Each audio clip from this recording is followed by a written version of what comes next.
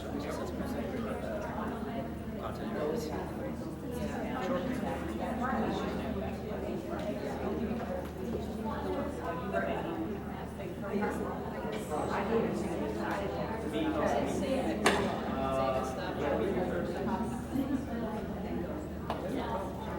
Just shoot me what you want them to do. I mean,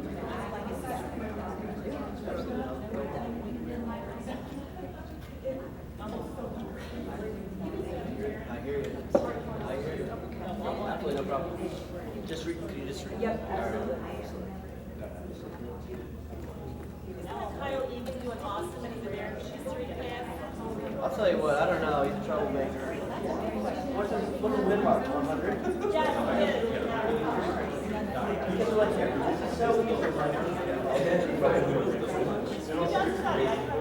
No, he is. And I say, no, he is. He is, yeah. Now when you get my second one. It's so funny. I'm allowed so I hit that point and it's funny because he'll look at me and then look at the other. Very observed. He's a good kid.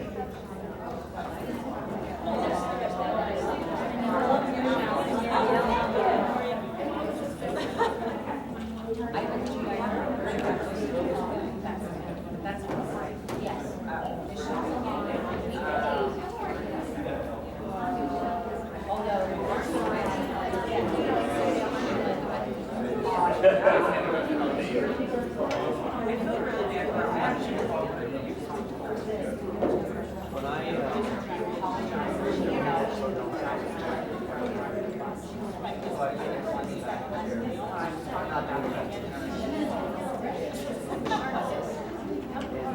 Long story short,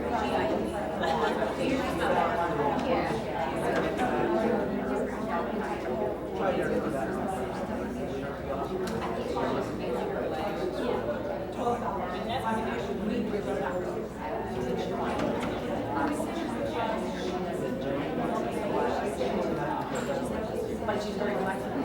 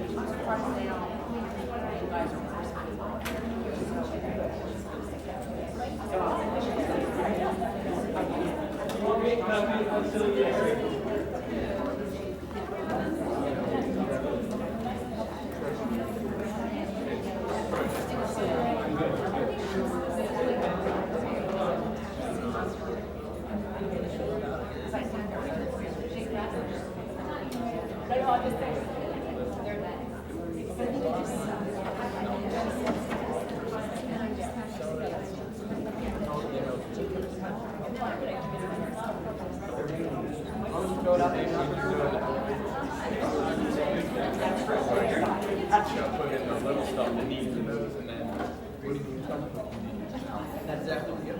And a that's exactly how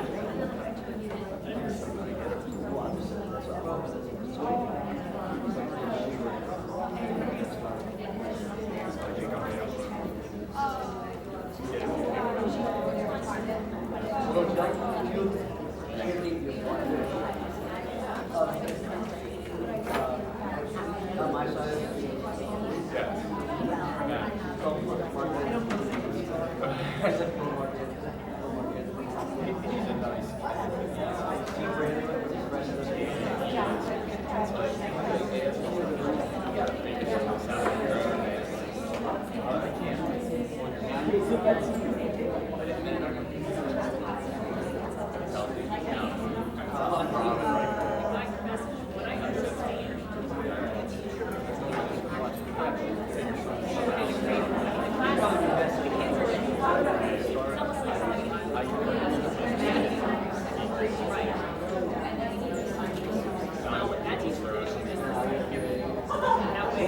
$1,000. She gave it.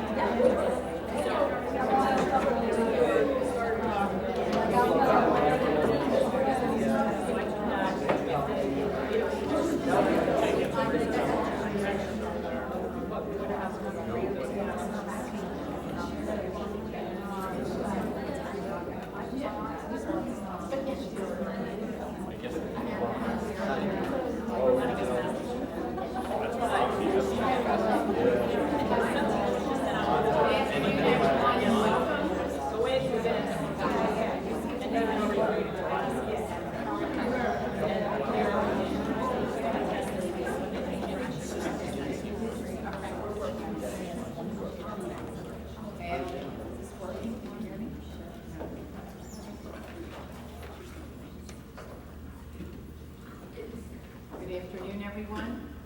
Better?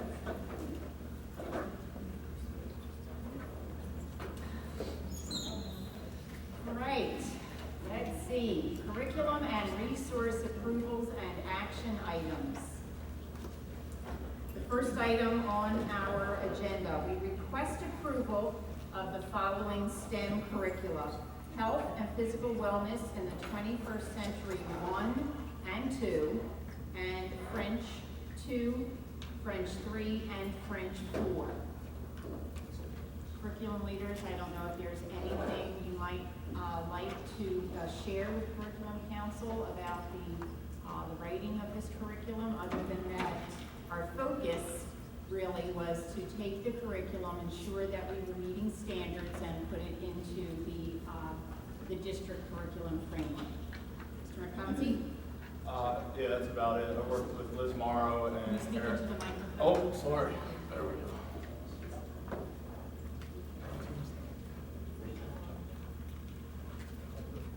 Is it on? No? Good. Says it's on. Is this one on? No? I can talk loud enough. All right, you can stand and talk louder. Basically working with Liz Morrow and Eric Peterson down at STEM Academy and putting what they already been doing into the new district framework, aligning with some Common Core standards and things like that that we're not really in there also. That's about it. All right, thank you, Mr. McConkey. Mrs. Baker? Basically, yeah, I don't think this one's on either. For the French documents, we made them very, very similar to the German and Spanish documents that were written this summer and approved, I guess, in August. So our idea is that the more common these curricula can be, the better off we are for planning purposes between languages and teachers. Before we go any further, Mrs. Hickey, we have had a blip with having our podcast posted on the district website, and we are supposed to be recording, but is that camera The camera recording? is on. Okay, the camera is on. Mrs. Davies came in and turned on the camera. But the microphones are not working. I will ask Mrs. Gallagher to call technology. Thank you, Mrs. Hickey. All right, I beg your pardon for that interruption. I did want to make sure we were recording. Are there any questions or comments further?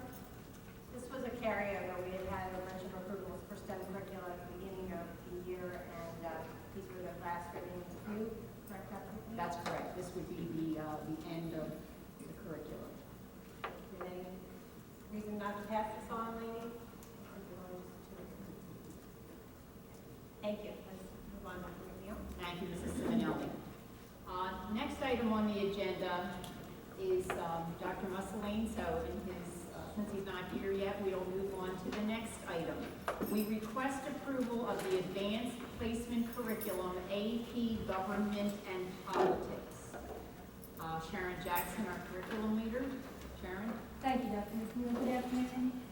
We were working this summer on taking existing AP courses and having the syllabi rolled into our curriculum format. And this is one that we were not ready to present earlier when we presented a couple of the other issues, mainly due to formatting issues, which we're still cleaning up a little bit. But we have basically gotten finished formatting the AP Government and Politics syllabus and putting it into the curriculum document. One of the things that actually was a bit of a change was we were able to focus on creating common interim assessments to use as benchmarks for students, which will hopefully yield an increase in performance on the AP exam. It gives our teachers valuable data and allows them to share that data among the teachers to better design how they're going to instruct prepping the kids for the AP exam.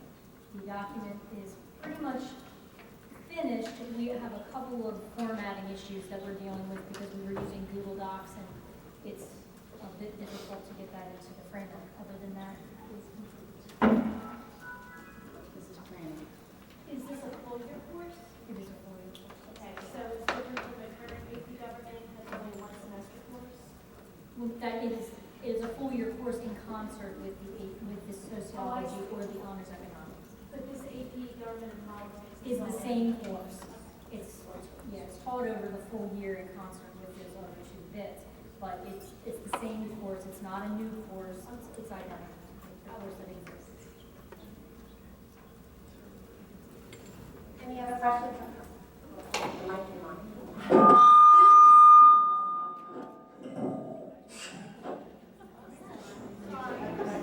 Wow. I guess if you weren't paying attention then. Are there any other comments or questions? Thanks for the information. Thank you for taking the phone call. All right, board members, are you okay with moving this forward? The next item on our agenda, we request approval to offer 3 new advanced placement courses in the 14-15 school year. AP World History, AP Economics, and AP Human Geography. I think it's very exciting that we are all of the same mindset that the AP courses offer our students the rigor that they're ready for, and also that we know that these opportunities for students will be available to them. It seems like the social studies department is taking on the yeoman's share of offering new advanced placement courses, but maybe they're just the trendsetters. I think the fact that Ms. Jackson mentioned that the AP teachers are really excited to work together across high schools, not only on offering the courses, but on the curriculum, as well as on interim assessments. They're seeing the need to be doing things a little more consistently across courses in the high school. So I'm going to let Sharon speak, and I know the principals would like to also lend their voices to support this initiative. Sharon? Thank you, Dr. McNeil. The discussion actually began last year when we were looking at AP Psychology and offerings in the Social Studies Department in terms of advanced placement courses as to how we could increase the level of rigor and increase the offerings for our students across the Social Studies Department. And based on collaborative conversation among staff in the buildings, as well as some student interest that was indicated through conversations with staff, these 3 courses have come to the forefront as courses that we would like to put up a bit on the fast track in terms of getting them into the course catalog this year. Having not done an extensive survey the way we did for AP Psychology, the thought behind that is to get them in the catalog and allow the teachers and buildings to begin having conversations with the kids that would continue through course selection, being there to answer questions for parents and get students involved and interested in taking these courses, and have them run as such without doing the formal survey that we did for AP Psych. But the interest is there in terms of student interest as well as staff interest in facilitating these courses and having them move forward on what we consider to be a fast track.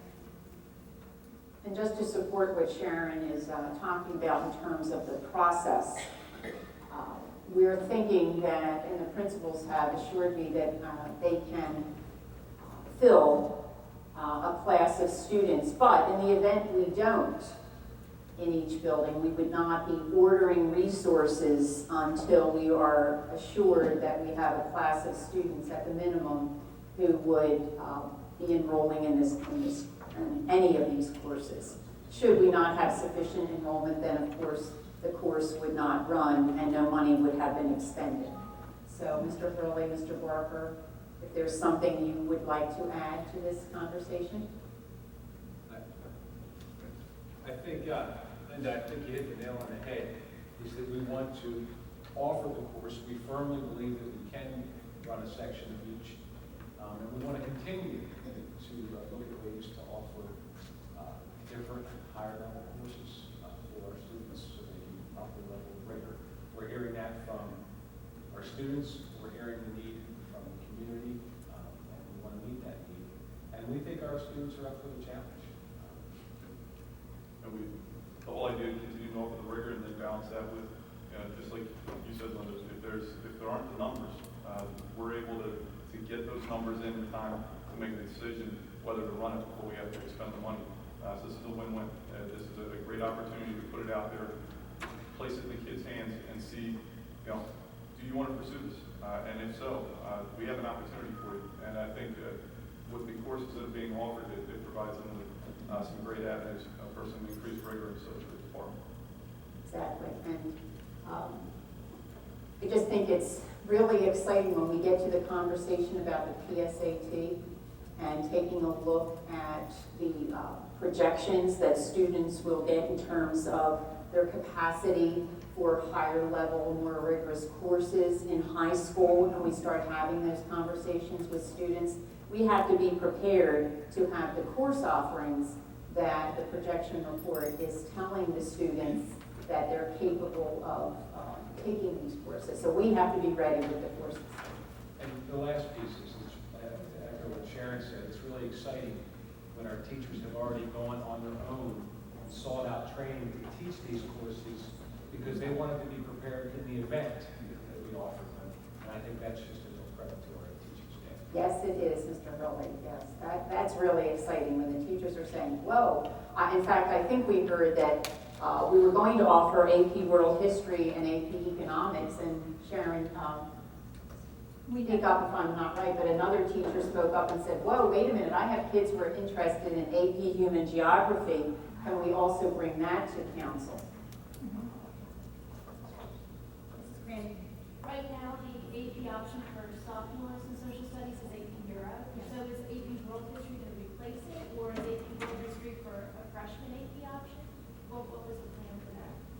AP World History can be elective for our students who are very into history. And I also think it's an option for a very select few ninth graders.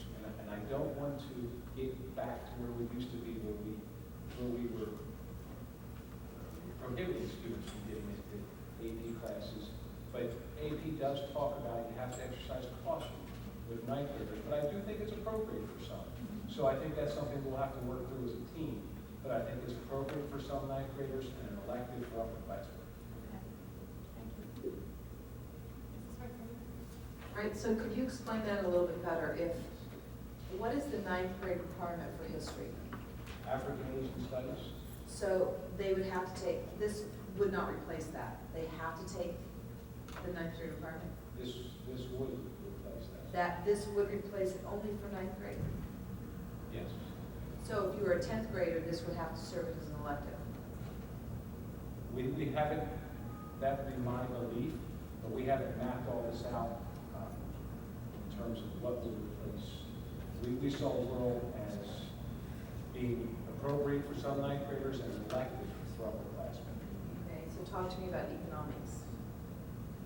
What would you like to know? Economics? Well, will that replace a certain required course that they have to take, or is that also an elective? Does that fall under math? Does that fall under? Gotcha. As far as the AP economics piece, in my past life, that was the senior social studies course. I know through having conversations with my current social studies department chair, I know that there's a strong sentiment that, and we want to make sure we keep that government component, and that's a piece that I think needs to be discussed, whether the AP Economics becomes an elective or whether it is a course that can be a standalone senior course and count for that fourth social studies credit.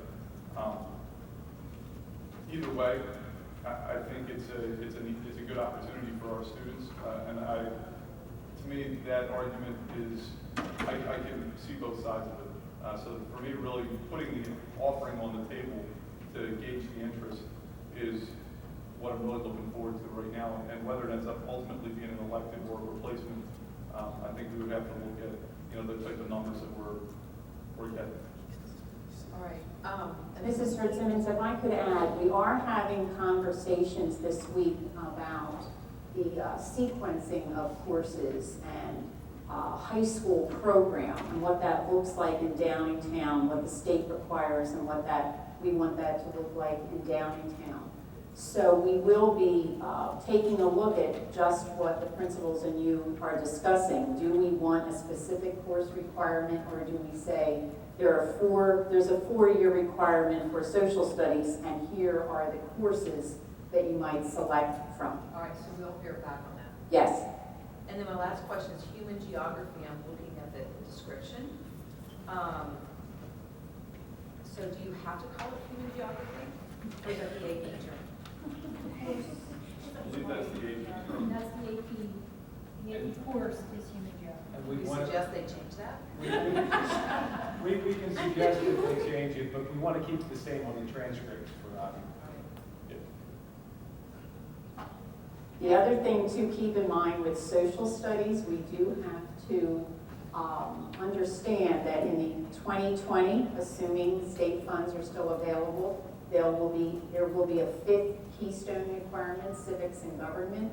So we have to talk about this as a curriculum group.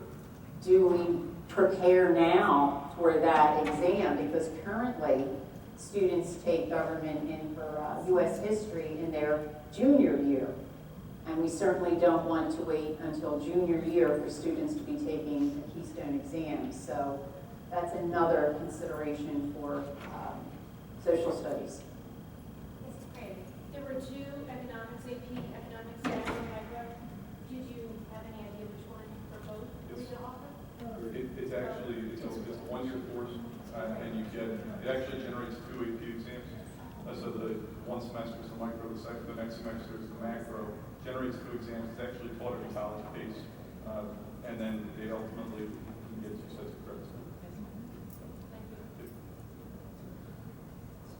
Any other questions or comments? It's very exciting to be offering all these AP courses. It seems like every council will bring a new class certificate. So that's really, really good. Thank you. You okay, Lily, please go on? Board members? Thank you. Are we going to step back? Yes, we're going to step back. Thank you for stepping back. Thank you. Thank you. So, Mary Ann, let's try to hit that. Go to passport. My passport's on the left. Oh, there it is. Okay, good. Okay. And it should be, scroll down. Hit date modify. I'm sorry. Here, let me do that. Let's see. I'm sorry. That's okay. Let me go here. Let's see. Date modify. Time change.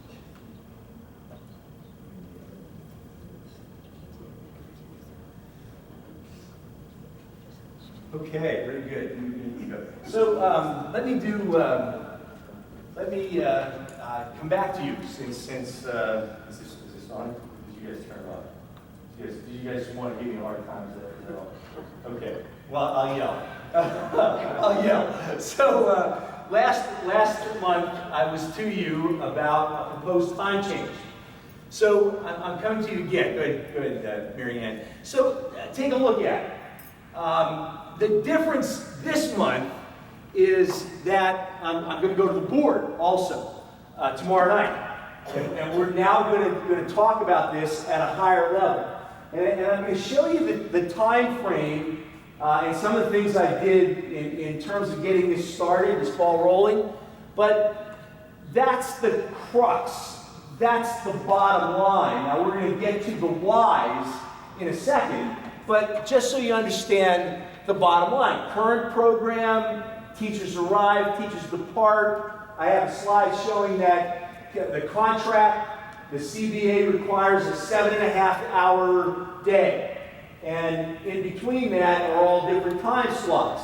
So 7.5 hours doesn't change, except the proposal would be instead of coming at 8:15, you come 5 minutes later, 8:20, and go home 5 minutes later, 3:50. That would be your day, that's your life, as you look at it. Now the student day obviously changes. We go from 8:50, where we start 5 minutes sooner, and then we go 10 minutes longer.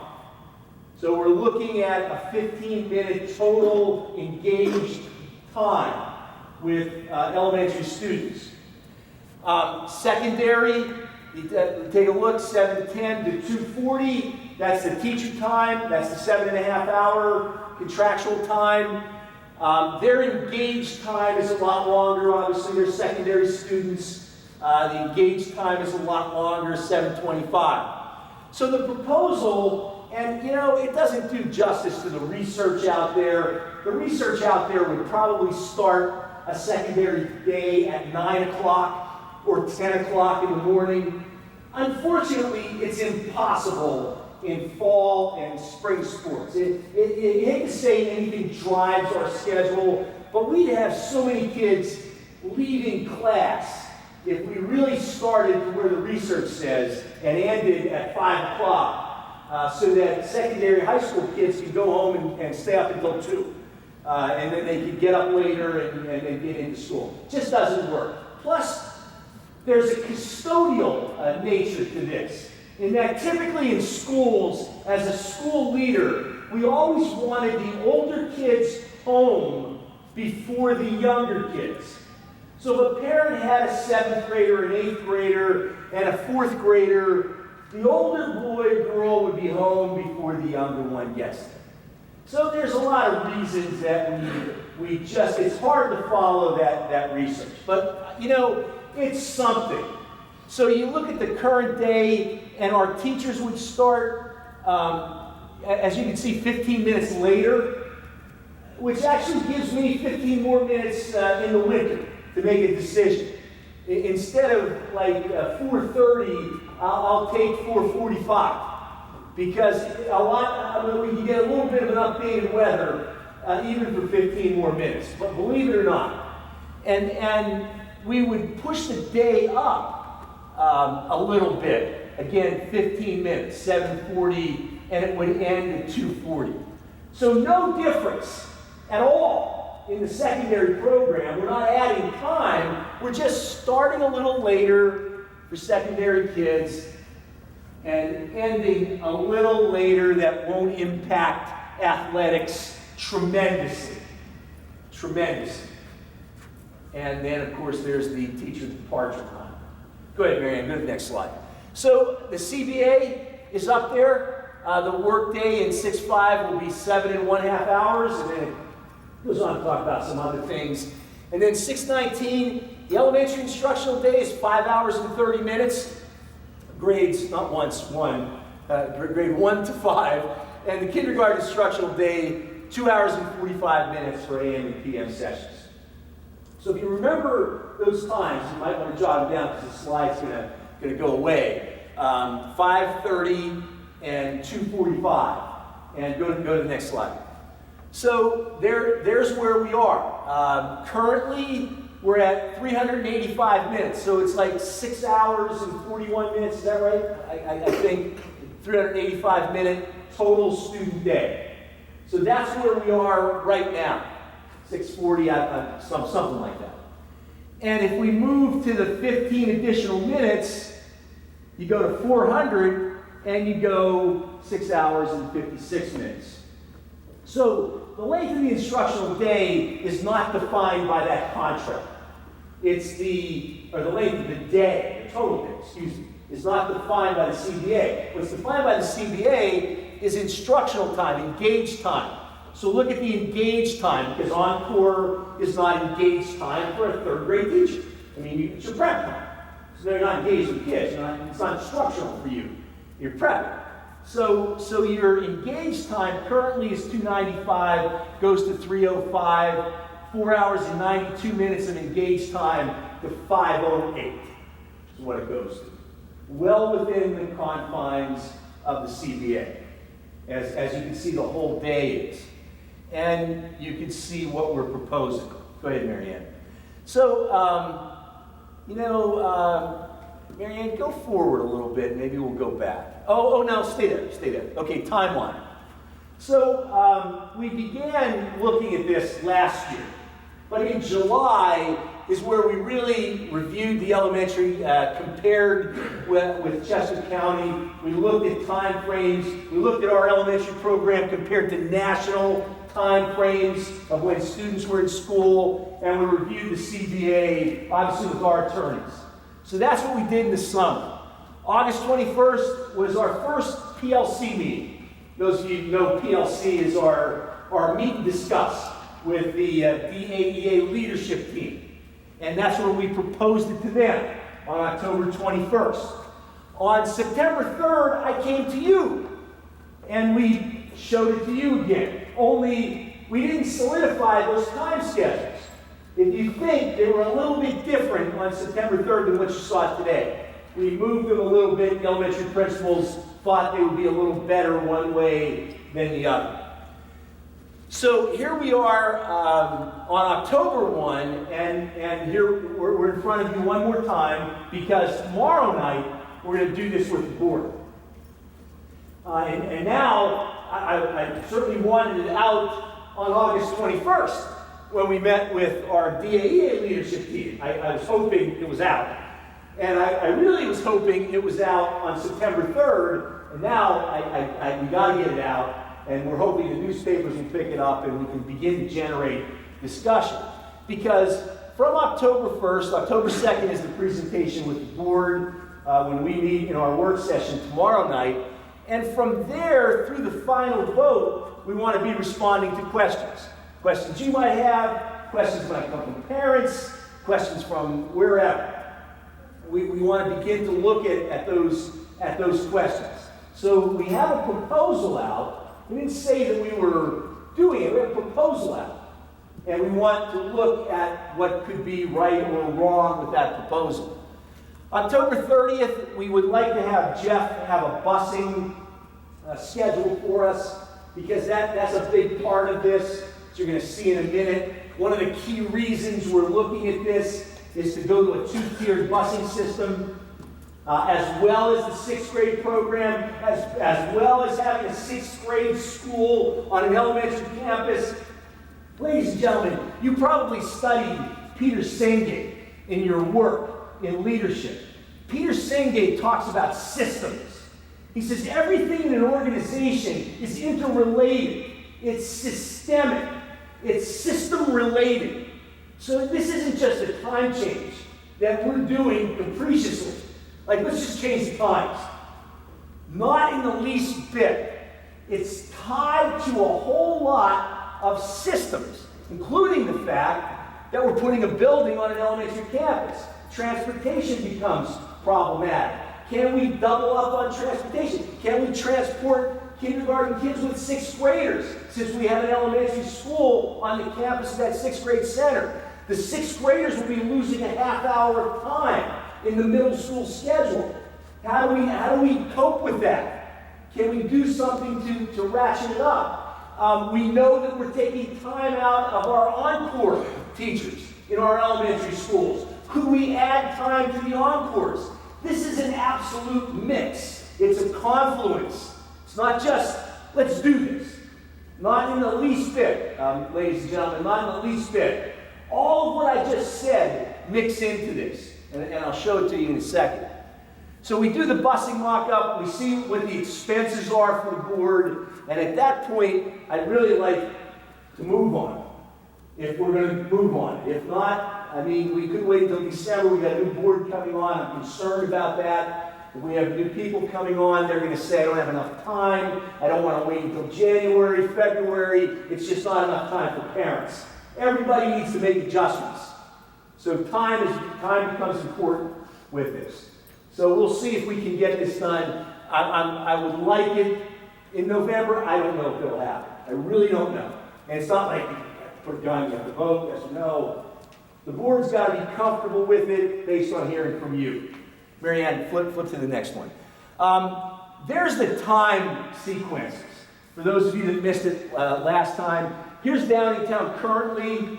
We have a 6 hour and 25 minute time. I think maybe my slide, that minute slide was incorrect. We're at a 6 hour and 25 minute day. I guess the first slide showed that. And Coatesville's at 6:15.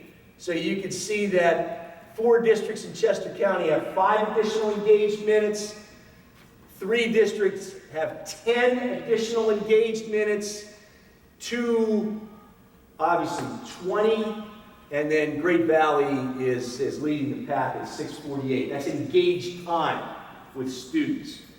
One of the things in the system that we looked at to propose this for you.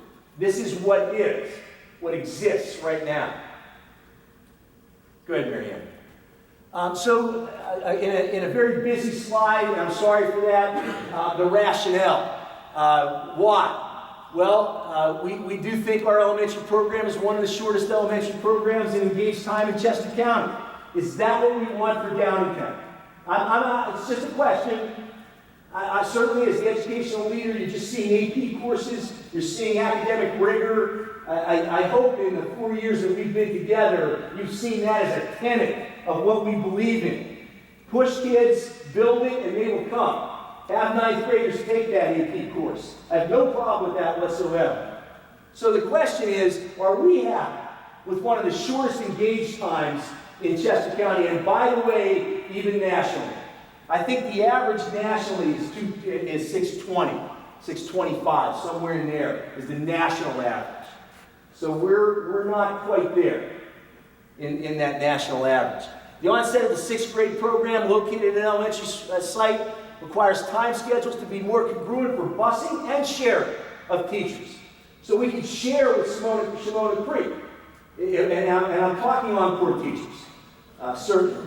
We could do some sharing there. And the congruence of the schedule would mean that at least in Shimona Creek, when we bus, we can bus 6th graders with the kindergarten children. Now, we can't do that around the other parts of the district, but we can at least gain efficiencies in one spot and not recycle transportation there. It's going to be bad enough with transportation.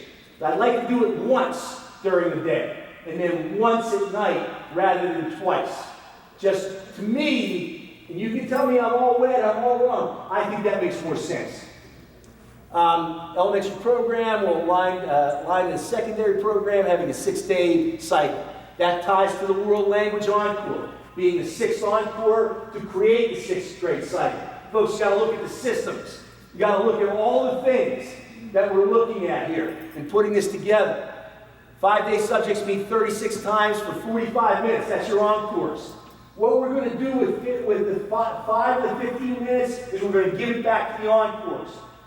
Right now, elementary encores are 45 minutes. Since we have 15 minutes, our principals, all 10 of them, said, look, we could add 5 more minutes so we get the encores back to 50. Great.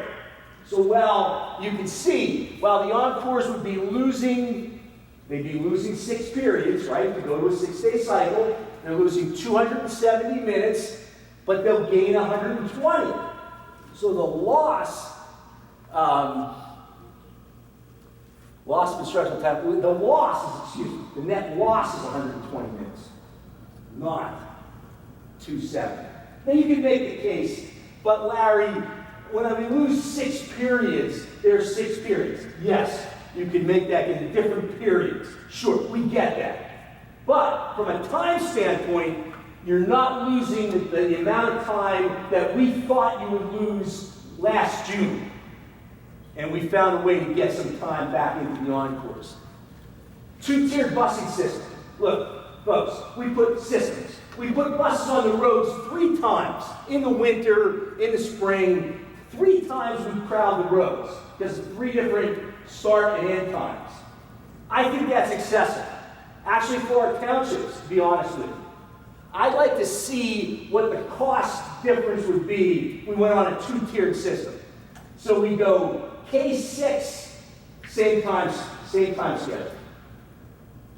7-12, same time schedule. No differences anymore. Second, there was a 4-minute difference in the middle school day to the high school day. Don't ask me. I just think that it was just to get the buses there 3 times. So we're gonna try to end that. Go ahead, Mary Ann. And alleviating traffic issues around the township. We talked about that. 15 minutes later, especially for high school students. Hey, it's 15 minutes. So you can look at me and say, oh, Larry, you're all wet. I still think they can sleep 15 more minutes. And I think that's important to me. It's better than what we have. So it's something. Teacher contractual day remains the same. Middle level picks up 4 additional minutes. Older siblings still able to arrive home. 2-tier bus schedule aligns teacher staffing and sharing teachers, as well as the 6-day cycle aligns sharing in encores. Wednesday professional development. You know, right now, for all of you, you know people are walking in your meeting 3 different times. This is going to have people walk in your meeting 2 times, and they're going to be together. One, you could look at it as a negative that the 6th grade teacher is going to be with K now, K1, 2, 3, 4. Yeah, I don't see it as a negative. I just look at it as something we have to look at. And then 7 through 12 would be together. You'd have that overlap, still have an overlap, but instead of having a 3-tiered overlap, you have a 2-tiered overlap. I look at that as more positive than negative.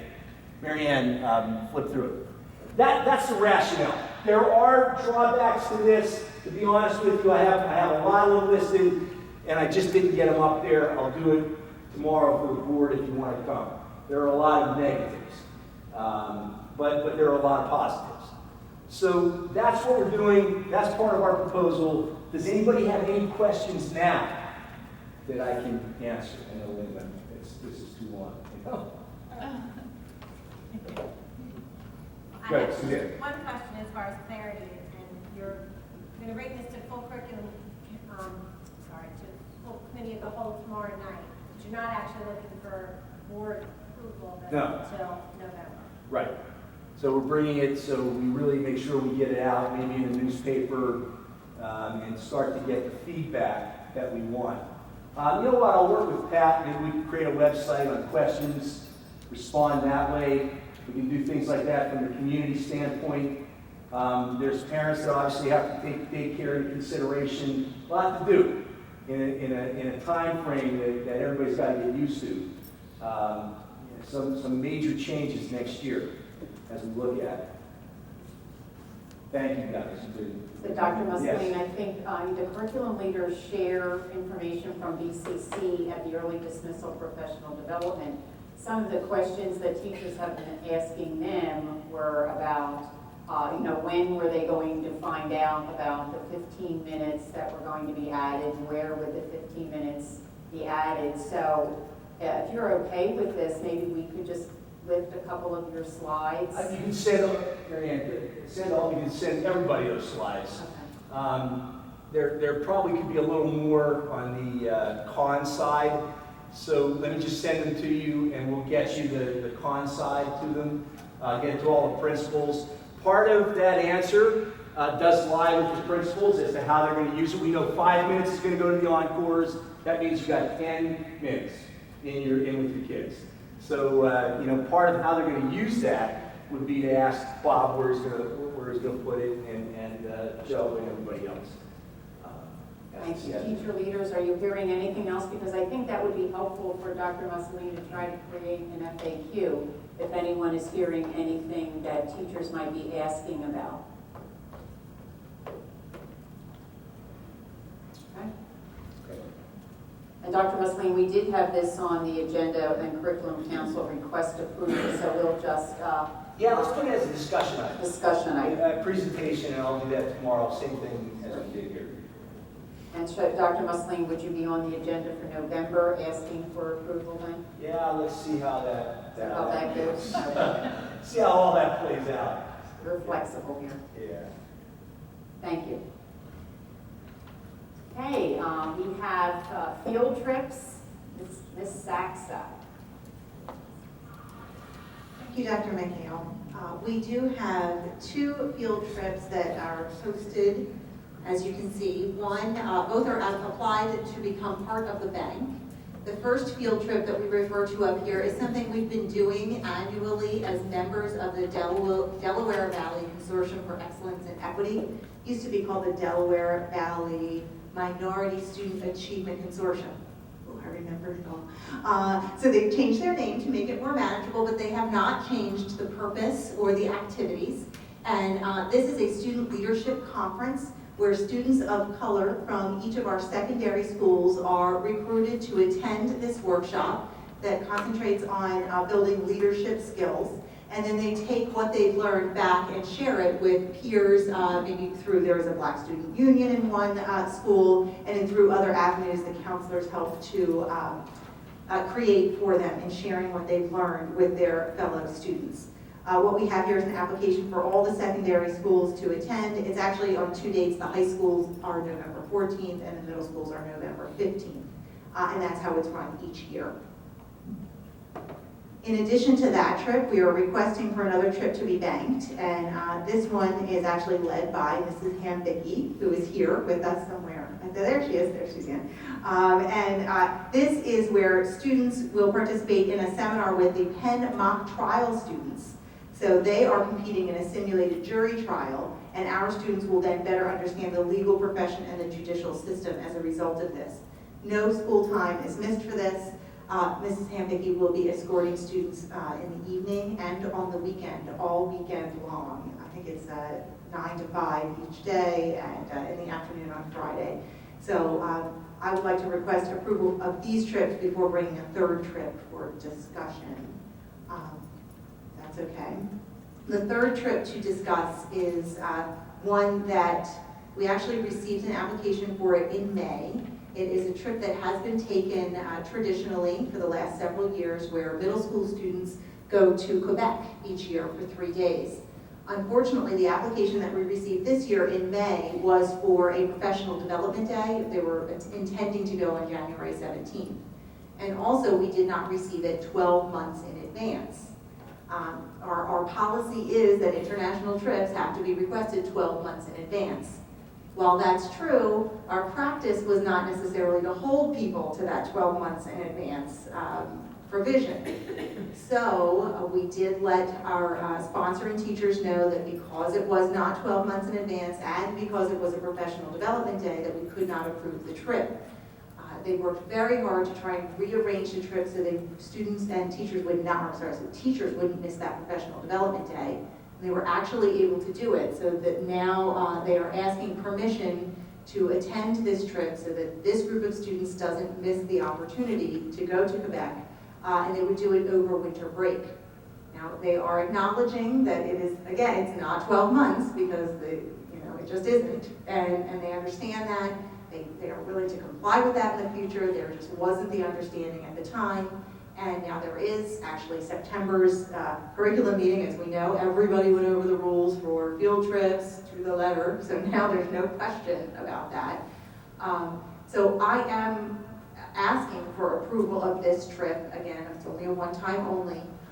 I am also aware, though, that this may open a bit of a can of worms. Are we setting precedent here? So that's why we wanted to bring it to the council and see what are this group's thoughts about allowing this trip, knowing that there may be other trips out there that were not applied for because of this timeline requirement. So, Yes, this is great.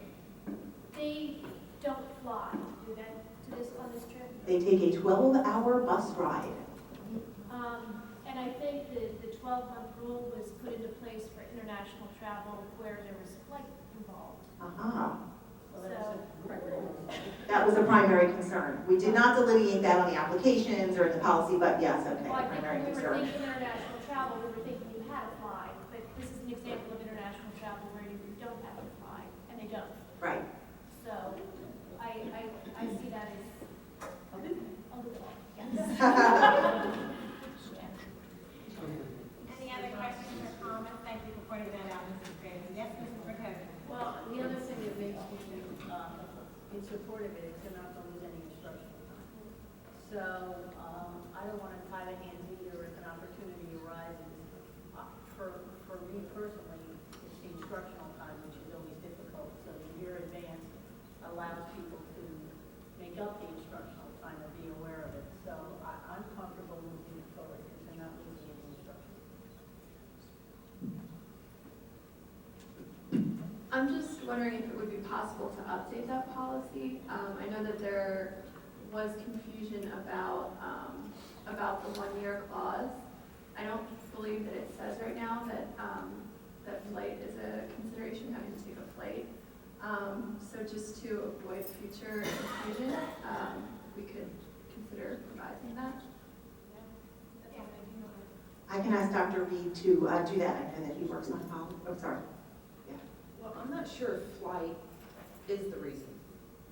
I think it's a way. I think it's somewhat also world events. It is world events, and it's going outside of the U.S. borders. I think that's it, and it's a long trip. So, I mean, I still think this should qualify as an international trip, but I am okay with giving an exception this year, but I still think that flight shouldn't be counted. I mean, let's say that right. I like the policy like this. Maybe that's something we could bring as a discussion item. Does this exception apply to other trips that could potentially come up? I know that there was another trip that was being planned by one of our French teachers, another French teacher. And so I'm just curious if this is an exceptional year since we hadn't in the past. We had not in the past really kept to the 1-year policy, or, you know, I'm just wondering about if another trip were to come forward. One compromise could be if it's an international trip and there's no flight involved and you're driving, maybe there should be a less of a lead time, like a 9 months or 6 months, or I don't know, or something like that. You could look at something like that. Would that solve any of the problems? I guess we also need clarity on whether it is our policy or is it a guideline that we've set up about that. I'm not sure about that either as far as the field trip is concerned. And I guess this happened before my time on the board, but what was the rationale for the 12 months? Okay, so my recollection is we had concern about, you know, factoring in world events and. Yeah, but that's more likely to happen. Right, they 12 don't- months before, you know what I mean? So I don't know what the big long lead time has to do with even kids thing. Right, I hear you. I'm not really, I don't remember either of your comments. And even if Mr. Tony seems to have some memories. No, I don't have a memory in that regard. I do, for me, again, it's the instructional time. I think that perhaps what you recommended before, that we put it on an agenda as a future discussion item, I think it's more important whether it's an international trip or a regular trip, how much instructional time. Not that field trips don't have value, and I don't have any problem going on daytime field trips, but I think that should be one of the priorities. So if teachers are willing to volunteer their time and offer our children this experience, and it's not going to hurt their math or their English or some of their other subjects, I don't know why we want to tie their hands and say they can't do the trip. I was going to suggest that, as you had mentioned with the 12-month lead time, certainly international events can come up at the last moment. So perhaps to require additional purchase travel cancellation insurance, something along those lines to prevent any financial loss for the parents and families. That is actually in the AG is for the overseas trips must purchase travel insurance. And I do believe that one of the reasons for the 12-month lead time is because they are so expensive, they often require fundraising, and that allows enough time for students to fundraise. And that's exactly what I was going to clarify. It was planning, and it was preparation, and it was fundraising as part of the reasons for the 12-month limit. It sounds like it still would warrant having a future discussion about whether the guidelines make sense for, you know, for trips where there's driving. You know, what exceptions might, you know, be built into the actual guidelines rather than, you know, always doing all of this on the fly. As far as these 3 trips, are we okay with moving them forward? Okay,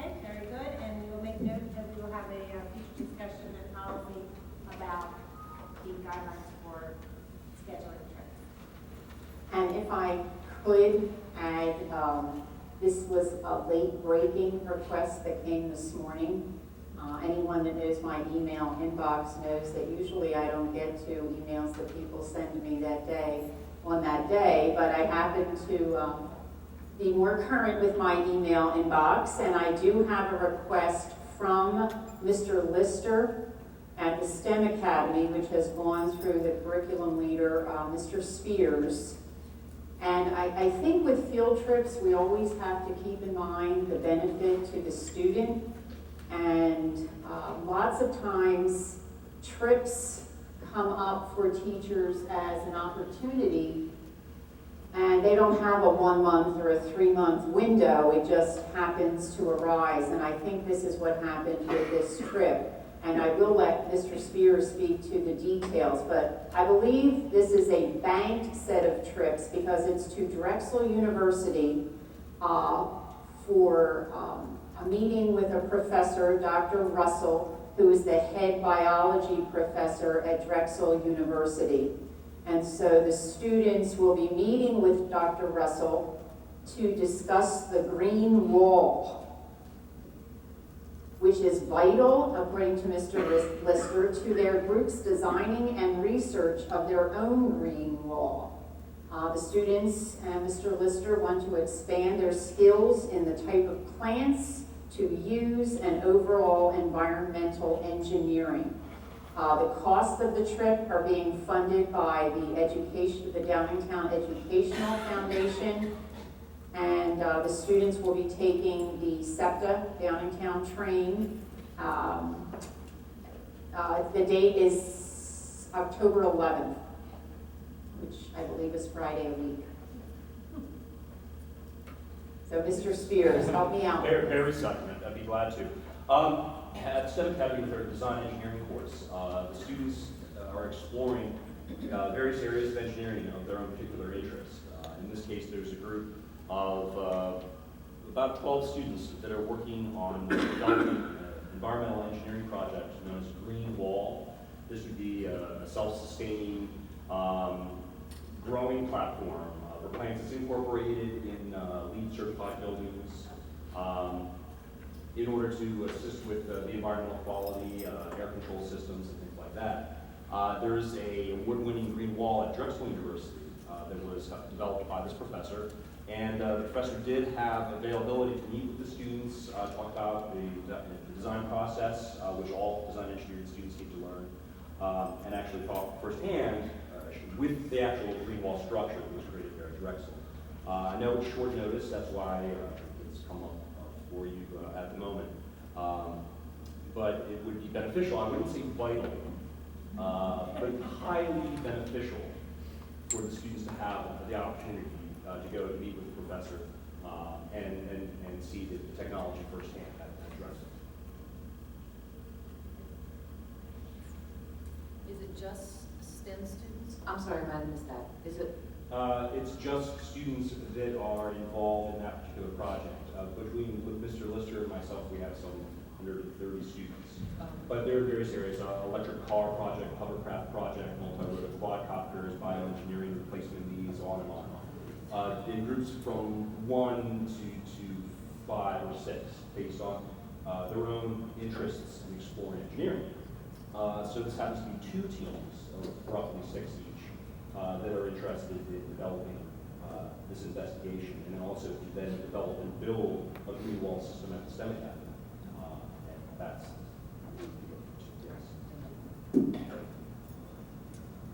Any other questions or comments? Is it just one teacher for 12 students? Is that The request I had, yes, was for advisor Mr. Lister. Thank you. Are we okay with moving that ahead as well? There's no objections? You know, 4 trips going. And that would just, this is a one-time thing, correct? Yes. That's correct. All right, very good. Thank you. Thank you. Now I believe we have public comment. Yes, Sandra. I actually have two questions or comments, actually. When we do the field trips, is it possible on the part that comes home, the permission slip, to let parents know why we're doing the field trip? For example, like my son on Friday is going to Longwood Gardens, and I'm just not sure how it fits with what part of our curriculum at this point. So what's the rationale that we're going there? I just like to know just like to have a bigger idea, so you can even kind of prep them before and ask them questions about it after the trip. And secondly, we've got all these great AP ideas. My only concern with it is, especially with freshmen and sophomores, as they sign up for it, I want to make sure they understand that they're signing up for a college rigor course, that it involves work over the summertime in most situations, that not doing your work over the summer doesn't justify getting out of the course once school starts. How do we make sure that not just the kids, but the parents are aware of what they're really signing up for when they're signing up for these classes? Because sometimes, I don't remember if at the high school level the parents have to sign off on what their kids are signing up for or not. So if there's something in there so that everybody's really clear on what's involved. Mrs. DeSanto, I hope we do, and speaking about AP, I hope we're going to be doing a better job moving forward because of the PSAT now being given within our schools. We're paying closer attention to what the projection report, our goal is to have conversations with our students, with our teachers having conversations with the students so that students are clear about the possibilities that exist for them. And then within the realm of those possibilities, of course, we should be having conversations about the rigor of the courses. And I would guess, because we have had some gatekeeping things happening, that teachers are clear about rigor. But what we need to communicate with students is if the test that they take, the PSAT, is demonstrating that they have the potential, then we don't want to discourage them because the course might be more rigorous, but we want to ensure them that the supports will be there and they are capable of meeting the rigor of this course.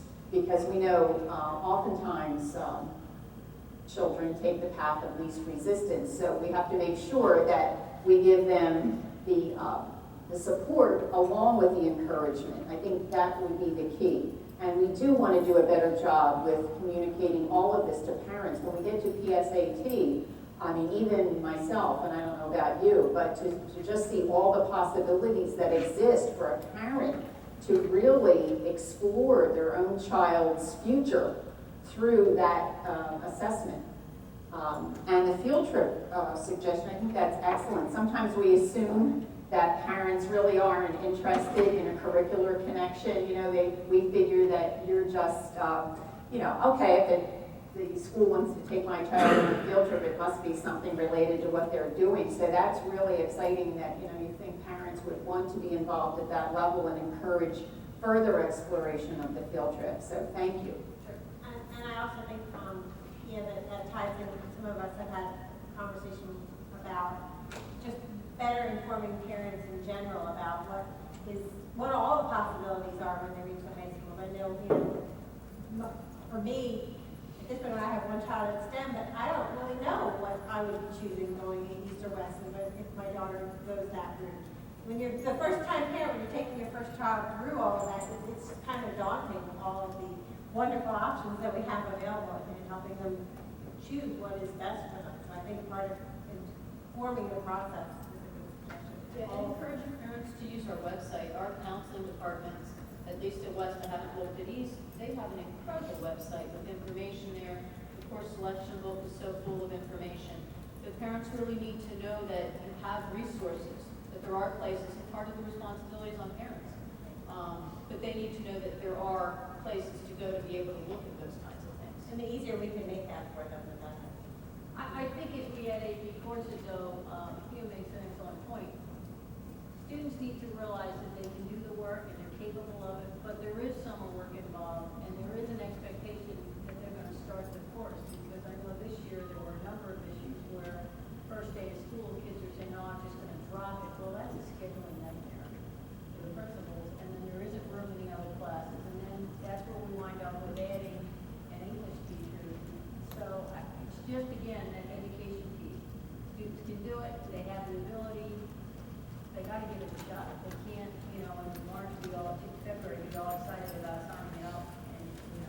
hire a teacher, we schedule them for it, and then it's just whether they can attend or not. Very good, thank you. Any other parents on the phone? Yes, Mrs. Green. Just one more, just to piggyback on that. I don't know if our course selection has on now. For the AP courses, it contains information that says this course requires summer work, you know, or I don't word it. But I mean, AP sounds great, but I think they need to read in the course catalog exactly what they're getting ready for. So, and I don't know if it contains it right now. Maybe we can look at that. Good suggestion, Mrs. Green, thank you. Any other public input? Thank you, everybody. All right, well, Dr. Mussolini again has stepped out when it's his turn. So let's move ahead and go on to the greeting part of the year. Thank you. Smile too. Okay, we are running a greeting card contest at the high school, which we have done every year. And our contest in the past has only been for holiday cards. And we would like to expand it so it's more year-round, where children can participate, more available, you know, to everybody. So we actually changed it, and this is, I have a slightly updated version, which is not up there. So we want it to be a greeting card contest instead of a holiday contest, where we have cards like happy birthday, thank you, get well, send a date. They're all on there, including our happy holidays card. And we were thinking we want one student per category for each school as a winner. So each school would have 7 winners. And then you can purchase the cards year-round. You can purchase them as a box set by school. You can purchase them as a box set by category, so you could have 2 happy birthdays from each of the schools if you wanted that. You could also do a box set of 21. I know it's a lot. But Pat Malone assured me that it's possible to have all these different types of sets. And it's a way just to make it more year-round. All the funding comes right back to the art department. And maybe even the district can use it. I know I get a happy birthday card every year. We can make it a Downingtown student happy birthday card from one of our kids. Can I make one suggestion? There's about providing cards, if it's possible for them to incorporate the date, but maybe not on the front of the card or in the body of the card, so that you can use the cards more than just the year that they're purchased. That would be, Yeah, we that's can one of do the that. things I thought into with the holiday card. We were actually thinking about leaving the inside blank so that you can write anything that you want, but we can certainly put on the back, like created by what student and what year, Right. and from what school. That was my Yeah. thought. I love the cards. I think they're great. Any other comments or questions? So I have a question. So students will create the cards? And this is extra outside class time. Okay. And then all the different designs would be posted on the district website, and we would contact Pat McGlone? Well, what's going to happen is each school is going to pick one winner from each category. So there'll be 21 cards total that you can choose from. And it'll be like an order form online that you can fill out your order form and submit it. And they get printed. Okay, they get printed, and who's the keeper of the cards? And like, does this go back to the art department? Does this go to the Ed Foundation? Does this like? Pat McGlone's going to be the one who handles the printing of it and the orders, and then minus the cost of the printing, the rest comes back to the art department. To the art department. Okay. So who's managing that? We'll have to talk about that. Yeah. The district, yes. Mhm. Okay. That's great. Yes. Yes. Great job, Davino. Okay, now we have Dr. Mosley back in the race. Okay, so Mary Ann, let's go back to drive.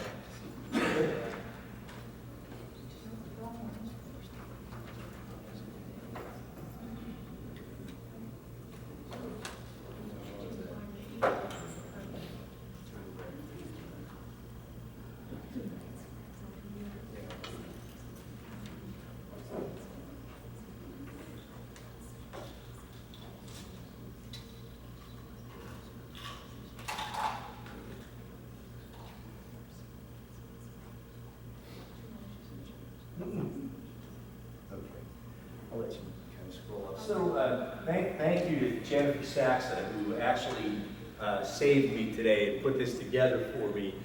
So Jen, thank you. You did a wonderful job.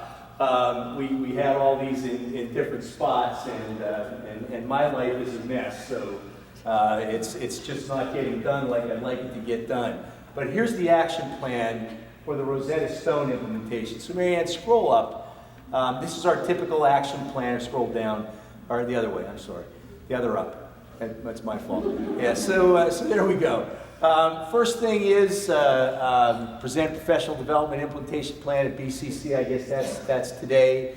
We're going to begin sharing the PD plan and the implementation plan and the ideas on a 6-day cycle at the next principals faculty meeting in all the elementary schools. So again, we're tying into that. Probably, hopefully, your principals have talked to you about this in the beginning of the year. The board, as you well know, passed Rosetta Stone in June for implementation in a year. So we're on with it. It's just we didn't want to rush the implementation. The only reason we tried to rush it, by the way, since I'm at the center of trying to rush it, was because next year was a little bit hectic. So we kind of thought if we could get the technology and things in place this year, and we knew our principals could schedule it, we could work through bugs, because next year would be a little tougher. But you know what? We'll plan this year, and we'll work through it. Really, it worked out better, to be very honest with you. So, Encore teachers begin rewriting curriculum. Linda's going to be talking with you, if she hasn't already, to begin rewriting those 6 meetings out and looking at planning on longer time and how's it going to look in terms of rewriting that. Rosetta Stone is going to have an orientation and exploration for principals, and scroll down again.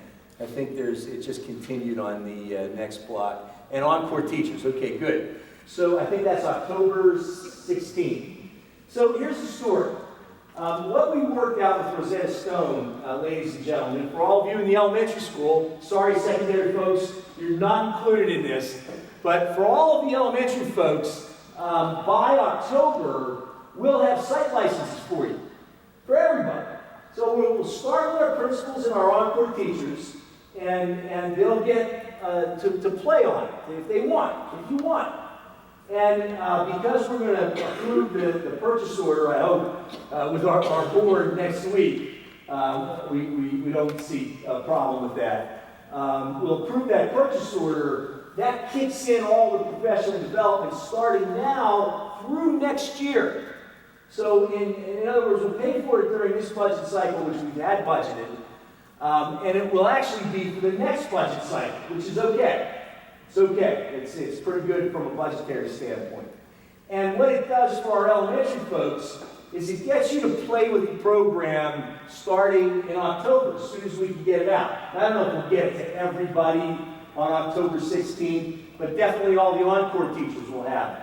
That's just to try to look at it, get used to it.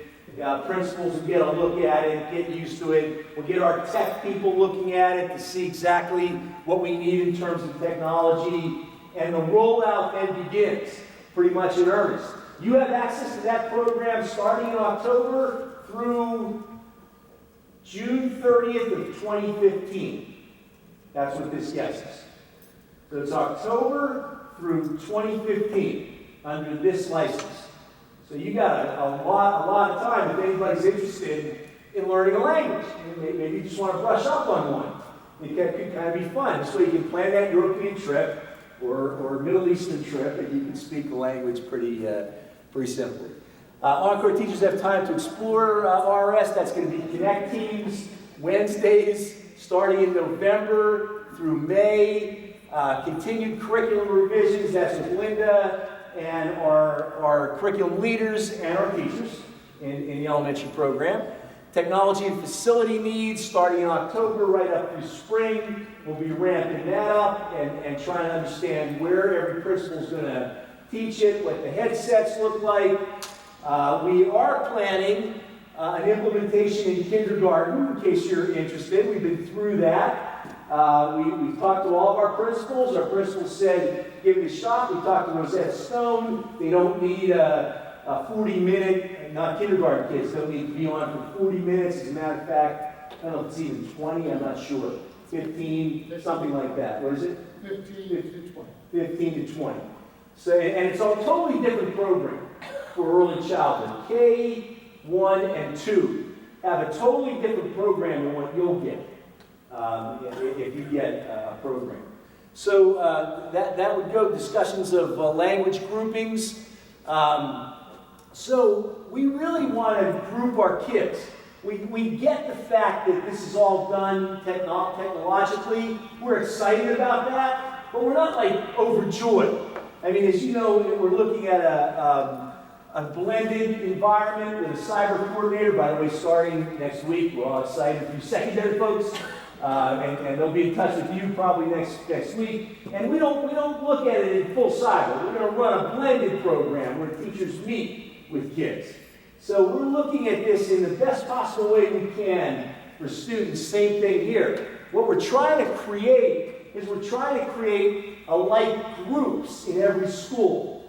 I don't know how we're going to do it, but we're going to think through it so that at some point in a month, all the kids taking Spanish could get together and maybe meet with somebody, we'll call that person a facilitator, who speaks Spanish, and they could practice talking.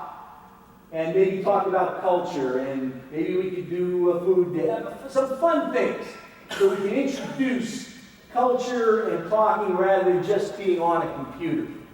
So it poses some problems. Lynn did some work and found all the languages that our children speak, and I think that we're probably going to move to where we're going to probably have mostly the 24, 26 languages that's in Rosetta Stone. Because we've looked at the languages spoken in our district.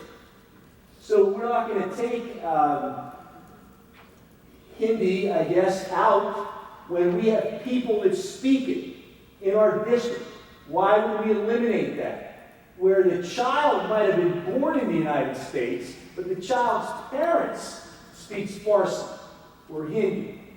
So maybe the child wants to take. So we're going to see what kind of confusion we can create next year, and what type of situations we'll place all of our principals in, and me and you, and we'll have some fun with it as we go through it. So that's what that discussion is. Schedule changes result in increased time communication by staff, principals, faculty meeting. Parent meetings will be held. We'll have the first parent meeting in the spring next year. So we'll have Rosetta Stone come out and meet with any parent that's interested. And then next year, we'll have parent meetings in the schools of how parents could access the program, how they could tell if their children access it, if they even care.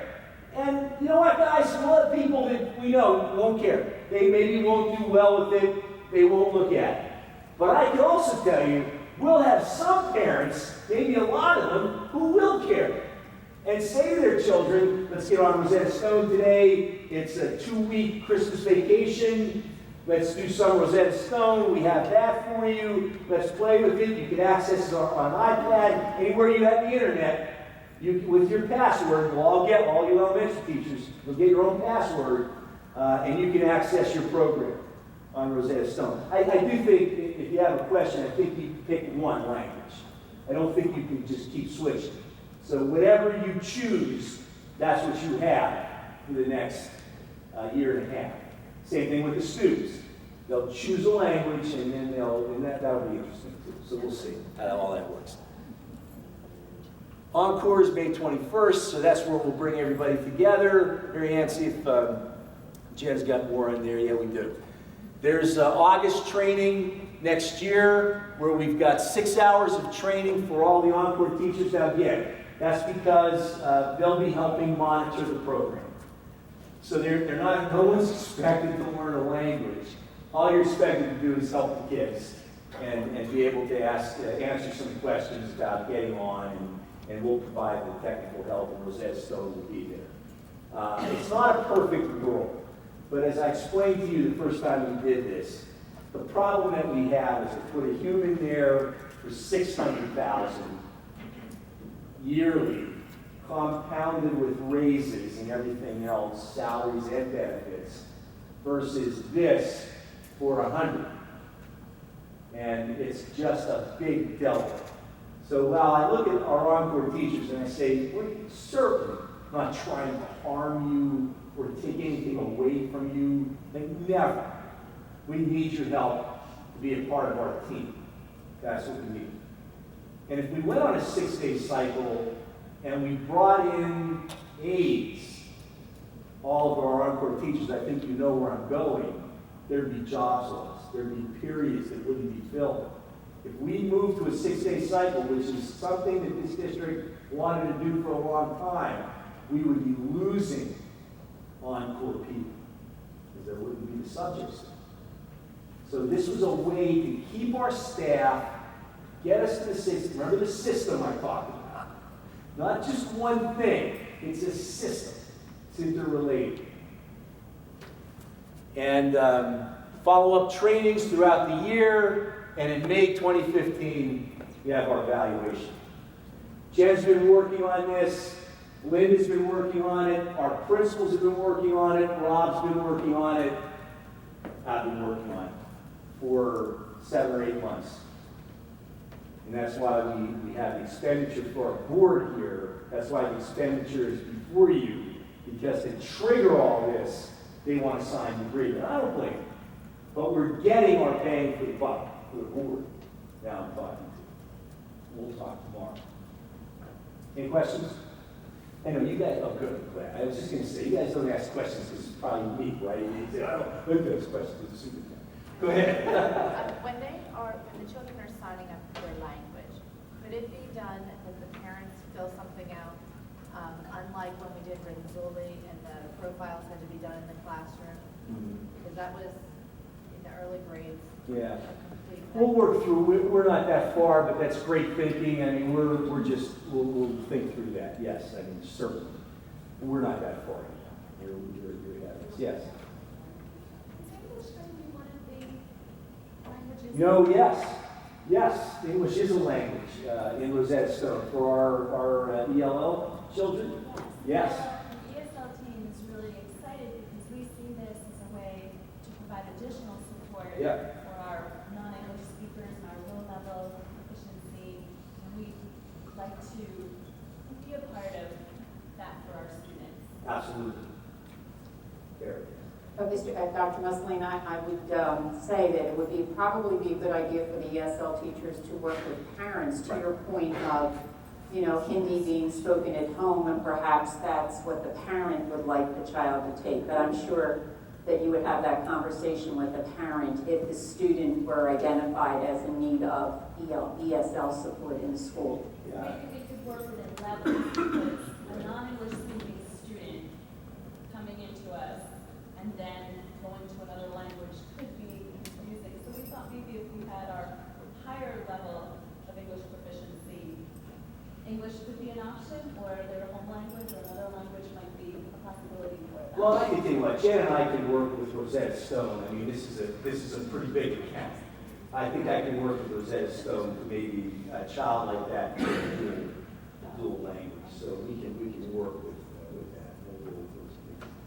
As an Encore curriculum leader that does not teach in elementary, is there any way that we can get us a license so that I can experience the program at the same time that the teachers are? So we I can make that happen.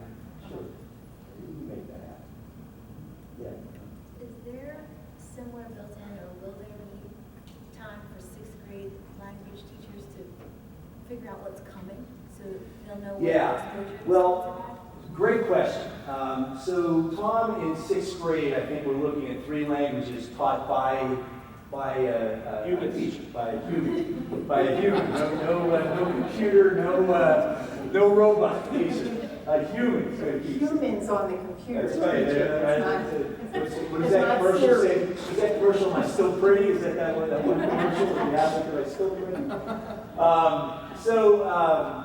Yeah, there's 3 languages taught, and here's our hope. Our hope is that in time we're looking to look for Mandarin Chinese. I mean, our hope in doing this is we drive out a real language program that's top of the line. As we begin to even add staff in our long-range educational plan to hit some of these languages that were never offered before and should be. Because everybody you talk to basically says that you should be offering Chinese and you should be offering the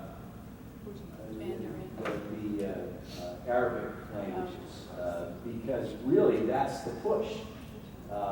The military and everything else, all the oil industries, if you can speak one of those two languages, you're going to be better off in the future. And we're not in that game. Japanese, yeah, Japanese. But the Japanese aren't, that's not the area. So yes, language, our world language. I was going to say, in addition to the curriculum leaders, it might also be beneficial for the whole world language department to have access to that. The whole world language. I imagine that there will be curricular implications for the language program that we already have. So if our teachers are able to all go through the program, and I know a number of people last year did the trial. Yeah. But to go through the program just to see, where our students will be exiting after having had that language exposure. Let me check it out. We're gonna get like X number, like 400 that we can dole out. So I'm probably thinking maybe there are folks somewhere that say, look, I'm not interested.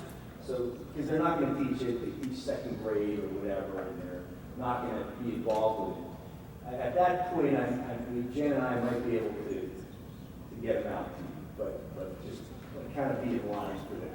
But yes, we'll look at it. Okay, Linda, thank you. We'll do this tomorrow. Dr. Principals, elementary principals, I'm not sure if you had anything you would like to add, or was it Maybe in the interest of time, that's perfect.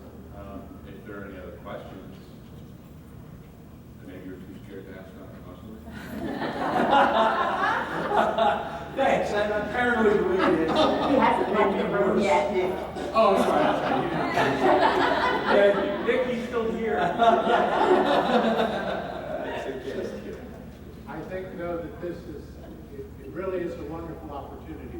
We've talked for years how technology is shrinking the world. We're reading books like The World is Flat Development. And here's an opportunity to really expose elementary children to the world. Because when you're learning language, you also develop an interest in the culture. And as you develop an interest in the culture, you begin to develop tolerance. And all of these things are very, very important for the world these children are growing up into. And we're excited about the possibilities of what it can do for our community. And Dr. Musselman talked about how it can help our students become more scalable to industry and to colleges. I'm tickled. And I've been here a little while. I've been hearing from parents almost the whole time I'm here. When are you going to do languages in elementary school? Now is when we're going to do it. You know what, right along those lines, for years, as principal of East Ward, I've seen our numbers decline. East Ward used to be the second largest elementary school in the district. We're now, I think, the fourth. It has nothing to do with redistricting and much to do with the fact that there's a lot of competition. Many of our students go to Collegium for kindergarten. And this is a good way for us to compete, and public schools have to compete these days. We are not the only game in town. Parents have options. And so we are a good school district, and we are just having one more option to show everybody how good we are and how innovative we are. And yes, it comes with changes. And those changes are not always easy. But the one thing, having been here for 9 years now, the one thing that we do well is work together, figure out how to do things, and I'm confident that we'll get there. So. Thank you, Mr. Abbott, Mr. Arganish. I just wanted to add one last point, because Dr. Musselman mentioned my sharing, working with the Encore teachers on the curriculum revisions. So today I met with Mrs. Thorpe, Mrs. Domino and Mr. McCumsey, who are curriculum leaders for the Encore areas. I do need to meet with Mrs. Carasella yet. But on October 14th, which is a professional development day, the afternoon segment of that day, the curriculum leaders do have an opportunity to meet with their elementary team. So I will be going to the individual departments to talk with the teachers, because just like our professional development and formative assessment, folks are in different places with their understanding of what the next steps are. So I will meet with each of those departments separately for as long a time as 3 hours will permit among 4 departments, and share with the teachers what the focus is and what our next steps need to be. And I know our teachers, they will move forward, because as we talk today, this is about children. And when we talk about our curriculum and ensuring that our children get the best possible education, our teachers put that at the forefront every day they step into a classroom. So I have no doubt that they'll step up this time. All right, I think I'm next with the school performance profile. So Mrs. Hickey has a PowerPoint. I assume everyone has this on their own computer in case the slides aren't clear enough. Oh, they're very nice. So just to give you a little background, this PowerPoint comes from PDE. On Monday, I think it was, or last Monday, the 24th, they released a media kit, which is a different forms of communication for districts to share about the school performance profile. So what we're going to walk through today is the information directly from PDE. And it's pretty much an overview of the school performance profile. And it's important for us to understand this, because there is a website that will go live on Friday, October 4th. And on that website, each school, as well as the district, will get a score based on a variety of data. So no longer will we get an adequate yearly progress, an AYP report. No longer will we be saying we have to be at 100% proficient or advanced. Now we will have a number, a score. The highest score you can get without extra credit points is 100. So if any of you are familiar to schools in other states like Florida, it's kind of a rating and a ranking of school districts. Okay, next slide.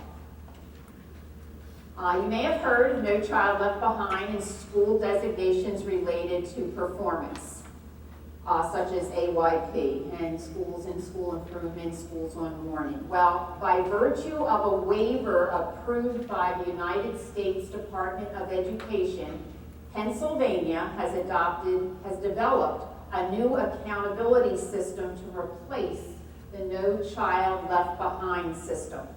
This profile, the school performance profile, is one aspect of the state accountability. The elements of, endearingly we're calling it SPP, are reflective, according to the state, of research, now that was my editorial comment, of research and best practice, as well as comments and feedback from the field via the many focus groups held across the state. I was part of one of those focus groups last November, and there was a lot of very strong opinion and information shared among districts with the state representatives who were present. Next slide, please. While the prior slide addresses the overall purpose of the SPP, this slide illustrates the fact that for Pennsylvania educators, the academic performance score is a percentage of an educator's overall evaluation. In this instance, you see the arrow pointing to the building level data. The performance score is 15% of the classroom teacher's annual rating. So that's every teacher in every building will have that 15% attributed to their teacher evaluation. Next slide, please. All of the school entities displayed here receive an academic performance score. A perfect score is 100. Although schools may earn extra credit for advanced achievement as measured by test scores. The score each school receives is based upon multiple factors, which I'll explain in the next few slides. Next slide. As we look at what components describe a high-performing school, the first category is the indicators of academic achievement. This accounts for 40% of the academic score. Actually, if it's a CTC, it would be 44%. You'll notice that not all measures may apply to every school. Thus, the weightings for compiling the score vary, and there are other handouts that Mary Ann has posted, but we'll get to later. Bullet 1. This indicator includes, that's the PSSA, mathematics, reading, science, and writing PSSA tests. So we need to sit up and pay attention to that. In the past, only reading and math scores counted. Now, writing and science. Now, of course, it would be in those grade levels where they're administered currently, but writing will be changing in the 15 school year. At the secondary level, we're still on bullet 1, the Keystone exam in English literature and Algebra 1 apply. So we've designated courses, Algebra 1, at the high school level for English literature. Currently, we're administering that test to 10th graders. So that means that 10th grade English courses become designated as the Keystone course for the high school. In bullet 2, for VOTEC or career and technical schools, there are 2 generally accepted tests. The NOCTI, which is a job-ready assessment for career and technology center students, and or the NIMS, which is a Special National Institute for Metalworking Skills certificate. Bullet 3, for elementary schools with a grade 3. Now you would think all elementary schools have a grade 3, but in some cases there is a center that would not include a grade 3. A performance of the reading PSSA is called out as a separate measure. This is really important because the research, which is clear, tells us that reading proficiently by the end of 3rd grade can be a make it or break it benchmark in a child's educational development. Academic success, as defined by high school graduation, can be predicted with reasonable accuracy by knowing a person's reading skills by the end of 3rd grade. So early intervention with struggling readers has always been crucial, but I think this makes it now everybody sits up and pays attention when we're accountable for this, not only once as part of a collective PSSA score, but twice as an end of 3rd grade reading score. Bullet 4, students scoring 1550 or higher on the 3 areas of the SAT and or 22 or higher on the ACT have a high likelihood of success in their freshman year in college. Next slide, please. As you can see, closing the achievement gap for all students is 5%. That would be 3% for comprehensive CTCs. 3% or 5% of the formula for calculating the academic performance score. Now, this gets very convoluted, which is why Kelly Byrne has been doing an amazing job with our calculations at the district level. There are intricate mathematical calculations that need to be made. So if you can wrap your arms around this, it's calculated in this manner. The percent of students proficient or advanced in each content area is subtracted from 100. Half of that number is then divided by 6. Don't you love mathematicians? A school is then expected to increase the percent of students proficient or advanced each year by that number. So, for example, if a school has 40% of its students proficient or advanced in biology, there were 60% who were not proficient, right? Half that number is 30%. Thus, over 6 years, 30% divided by 6, the school must close the gap by 5% each year.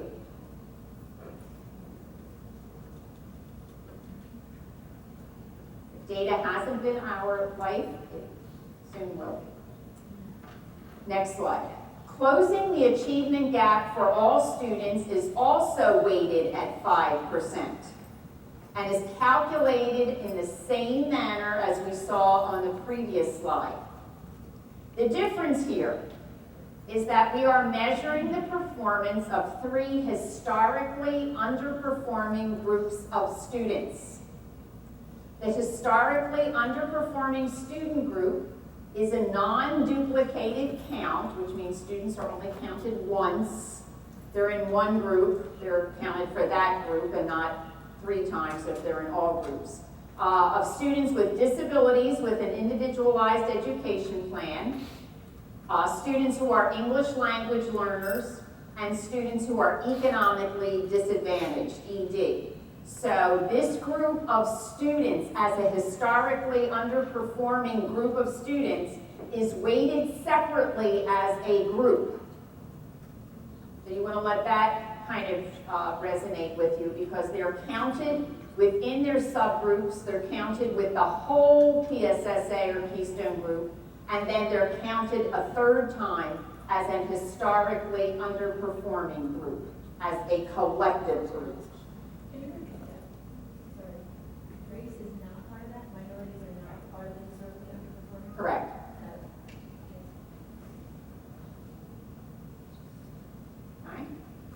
And this was one of the big conversations in the focus groups that I participated in at any rate, that this group of historically underperforming students was being counted 3 times. Next slide. While tests are important measures of student achievement, it is also important to include a component that factors how students are growing and progressing academically. For this measure, the Pennsylvania Value Added Assessment System, endearingly known as PVAS, is used in each of the 4 tested areas. And what is PVAS? PVAS is a statistical analysis of PSSA assessment data and provides districts and their schools with progress data to add to achievement data. So, is a student growing? The lens of measuring student learning provides educators with valuable information to ensure they are meeting the needs of cohorts of students as well as individual students. So you get cohort data as they move through grade levels and how they're growing with individual teachers. To help you understand PVAS analysis, think of academic progress or growth in terms of a child's physical growth and the growth charts utilized by the physician. Growth charts are an important tool for monitoring a child's development, but they are just one of the indicators used by a physician to ensure a child is growing at the minimum expected level and on the trajectory to grow as expected. A physician would not use a growth chart in isolation to diagnose a child. However, the growth chart would provide valuable information that may warrant further explanation. And I'll be coming back to BCC with more information about PBOS so you understand the whole growth measure here, because that too impacts the teacher evaluation. Next slide, please. Together, these factors contribute to 10% of the performance score, academic performance score. So bullet 1, graduation rate is the percent of students in the high school who graduate in 4 years with a regular high school diploma.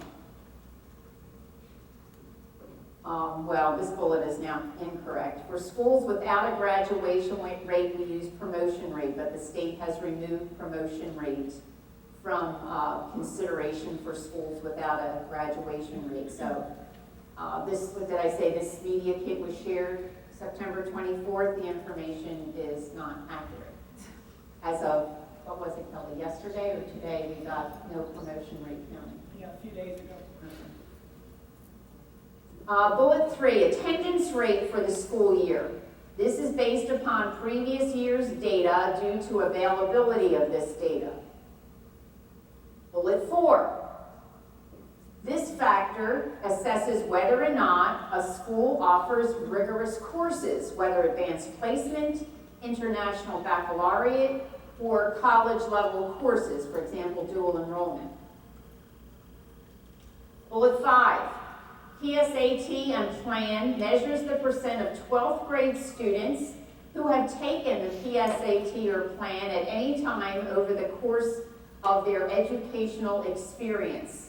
These tests are practice tests that prepare students for the SAT and the ACT. Students who take PSAT or plan tend to score higher on the SAT and the ACT. Thus, this indicator measures the percent of the grade 12 cohort who took the PSAT or plan at some point in their school experience. Good, Linda, let me just quickly tie something into the board. So for our board members, remember we passed the resolution that all 11th and 10th graders, we will pay for them to take PSAT. So you see the tie. Okay. Thank you, Dr. Nelson. PDE's current benchmark is defined as 60% of students in the grade 12 cohort will have taken the PSAT or plan. If the school meets the 60% benchmark, then it receives a maximum score of 100 for this performance measure. Next slide. Schools may earn additional points based upon advanced performance of the following. Bullet 1, mathematics, reading, science, and writing. Bullet 2, NOCTI or the NIMS for Career and Technical Center students. Okay, the next slide is a link to the school performance profile website. We thought we would take a look at that next month when our scores go live on Friday. We need to know and get this communication out to parents, which we are planning to do this week, a blast to parents, that the school performance profile in our secondary schools will not be complete because the Keystone data was incorrect for in many situations in our district as well as across the county. So across the county, school districts requested PDE to suppress the Keystone data. So we need to make sure the parents understand that the data they will see in October will not reflect the accurate Keystone data. That data will not be rectified or accurate until January of 2014. So we are planning to get that communication out to people this week or early next week. Dr. McNeil? Yes. Does that mean that they will publish these scores for our high schools, or they will, but they're not going to be accurate? The second, they will publish the scores, the scores will not be totally accurate. Now, Linda and Kelly, will the total school score change in January when they correct this? Like the number on some schools will change. Are you anticipating ours will go up or down? I'm guessing up, but there would be five. It could be a mixed bag. I mean, we really have to choose, we have to get it right, that's the issue. Kelly just had to do a recalculation based on the promotion rate, because initially, promotion rate counted for extra points for a school. Then they pulled that out and said, now, no, promotion rate no longer counts. So she recalculated the K-8 schools, and in some cases, that score changed for the schools. Any other questions or comments? Seems a little frustrating that they're gonna publish inaccurate data, and glad they're gonna get the message out to parents too. Hopefully, it's not that it's going to be inaccurate, it's just they're going to pull that. It won't be complete. So it's not that it's inaccurate, because it will be accurate what they have, it just won't be complete till January 2014 when they put our Keystone results back into it. So it will change though in January, which means it's not accurate.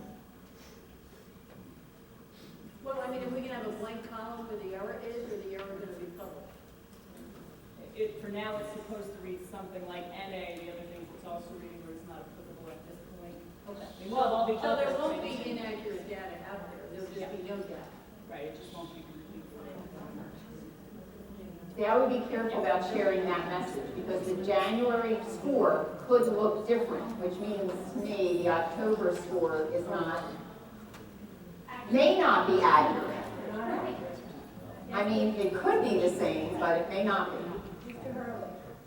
So, and I understand the state, it's very confusing, and sometimes they give information in dribs and drabs. But, so with our performance profile, we will have the number. However, and then underneath of it, our Keystone scores, the percentage proficient, et cetera, won't be listed there, but we'll still have that number. Is that your understanding, Kelly? No, tomorrow when they show the districts the new results, everything that we saw in our secondary schools about the Keystone exams will be pulled off. So like, you know how we see certain things say NA? My understanding is those fields will now say NA. And where your score was in that upper left-hand corner, it will be impacted by that being pulled off.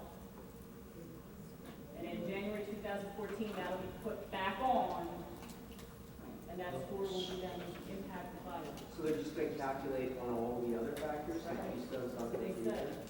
So the number that we have right now is not the number that's going to go up there. We'll know tomorrow when they put the slate back up. Because they pulled it off today, I can't even get it. So the number could be drastically lower.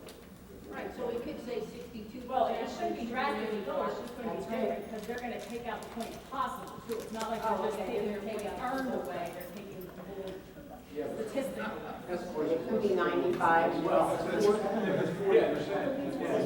going to imagine you're going to see 50% or anything like that, because we still do relatively well in all those other things that are And it's the uncertainty of all of this. We haven't seen what the live website will look like with this inaccurate data. And yet, this will be the public perception of what we're doing. So, I mean, everybody here needs to be an ambassador for our schools and our district, that we are doing the very best job we can. We've spent countless hours ensuring the accuracy of our data. The blip with the Keystone, so that everybody's clear about that.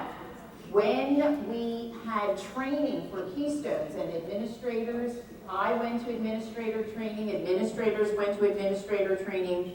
Nowhere in any training was it mentioned that students needed to bubble in a place in their student booklet saying that they were in a Keystone course or they were not in a Keystone course.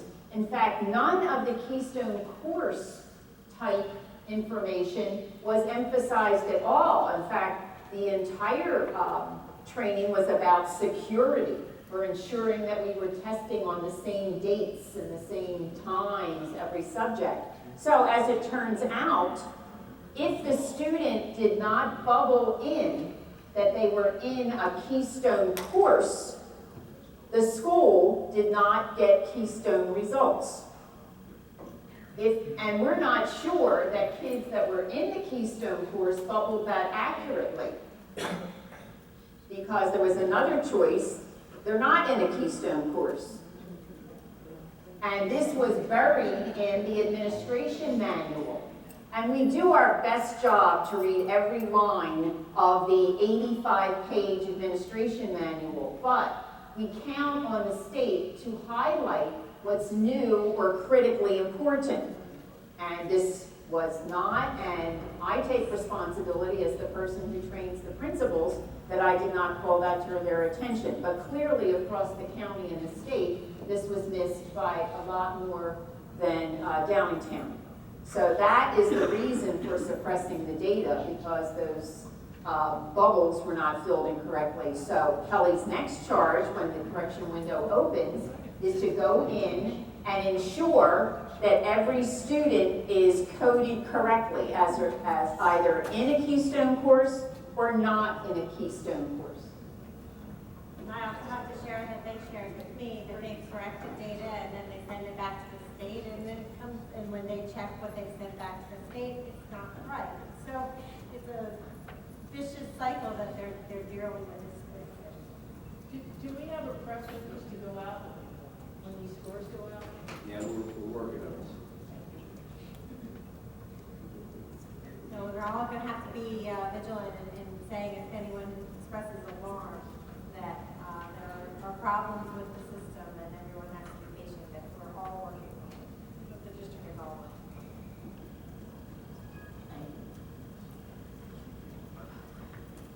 What should we do in our So the last thing I would like to share with BCC is the community feedback on the comprehensive plan. Clearly, we don't have time for the PSAT report, testing report, although I would like to come back, and maybe it's after we get results, principals, to just share what some of those projection reports are telling us. But we're really thankful to the board for giving us the opportunity to test all our students with PSAT. So the community feedback, basically, Mary Ann has all the feedback that we got with people's comments. It was overwhelmingly supportive, if not positive. People really gave thoughtful feedback, and I was just really impressed by that. They did have some suggestions for, things that maybe we hadn't thought about, but I just think maybe because they were reading a summary document, they didn't see the big picture, plus they didn't see the action plan, so they were looking for specifics. Because, for example, some person wrote that we were preparing students for jobs that didn't exist, and what sense does that make? Don't we want to prepare students for jobs that they can get a job? So they were missing the conversation about that. They mentioned that we need bully programs, and so they weren't seeing that as fitting into the safe schools, the positive school climate. So there was just some, I think, miscommunication. But if you scroll down to the vision and statements, there was a suggestion, and I wanted to put this out to BCC all the way down where we have the summary that was posted on the district website. There were two suggestions that I thought we might want to consider as a curriculum council. The number 4 vision statement, now we don't have them numbered, but I have it as number 5, act in a respectable manner all the way down, Marianne. Oh, I have it as DASD comprehensive plan, it's on the scrolling agenda. In any case, the vision statement says act in a respectable manner as responsible, contributing citizens of the local and global society. We had a few people suggest we add national in there, that we would be contributing citizen of the local, national, and global society. I thought, you know, that has some merit, but I'm just throwing that out there for curriculum council's consideration. We can come back to this, but I just wanted you to think about it, because the good news is, one of the best news with the changes in Chapter 4 is that the district does not have to get a comprehensive plan approved by the state. So we don't have to submit the district's comprehensive plan by November 30th to the state. We will need to get board approval of the plan we move forward with, but they're only interested in a professional development plan, an induction plan, a special education plan, and a student services plan. I'm not clear what student services plan is, but I'll find out more. But we do have next month if we wanted to think about this a little more, because the other suggestion has to do with our mission statement. And I will read the suggestion. Proud of our tradition of excellence, the mission of the Downingtown Area School District is to educate all students in the basic skills of reading, writing, and mathematics, as well as in the 21st century skills of collaboration, innovation, communication, and critical thinking, so they are prepared to meet the rigorous challenges of a local, national, and global society. So that basic as well as innovative 21st century was a suggestion from the folks who gave their feedback. And I always think with feedback, why are we asking for it if we're not going to do something with it? So if we could come back to this in November, I would like to communicate with parents whatever we decide. If it is yes, we think these suggestions have merit, and we are moving them forward to the respective committees. It would be policy, because the mission statement and the shared beliefs impact policy 101. Or if we decide, no, we're not going to move forward, then we need a rationale for folks so that they know their feedback was indeed heard. We thought about it, we deliberated on it, and we decided that what we had in place was better. Yeah. Did you respond to the people who gave feedback? I did not yet, no. I brought it to Curriculum Council. I thought we should have that conversation, and then I would, I mean, if we think it has merit, I could get the groups back together. You know, we had a central office group, we had a community group, and we could get representatives from both those groups to sit at the table and collectively have a discussion, and then come back to BCC if we think this has merit. So I guess I just need to hear now, do we think this has merit? Should we bring it back, or where are we? Do you want to make that decision in November? Yeah. Okay. Unless anybody has anything else, I think we're ready to conclude and adjourn for today. Thank you all for your attention and your attendance. Have a great afternoon. Thank you, everyone.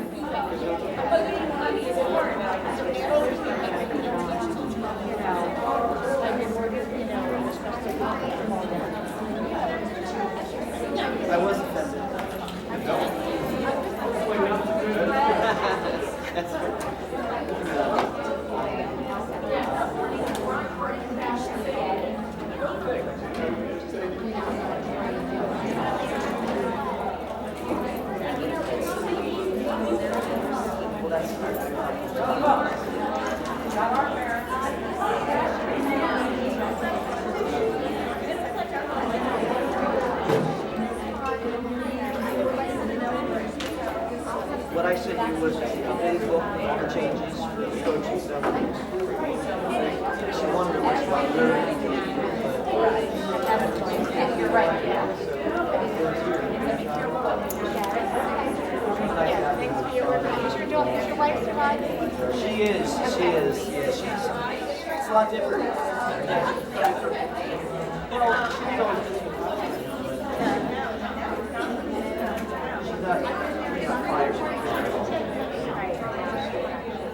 Just like, she's busy, don't get me wrong, but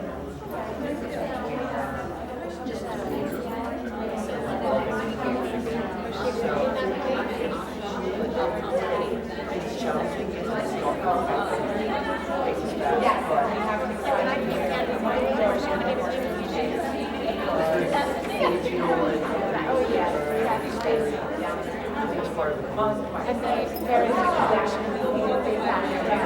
We'll try that.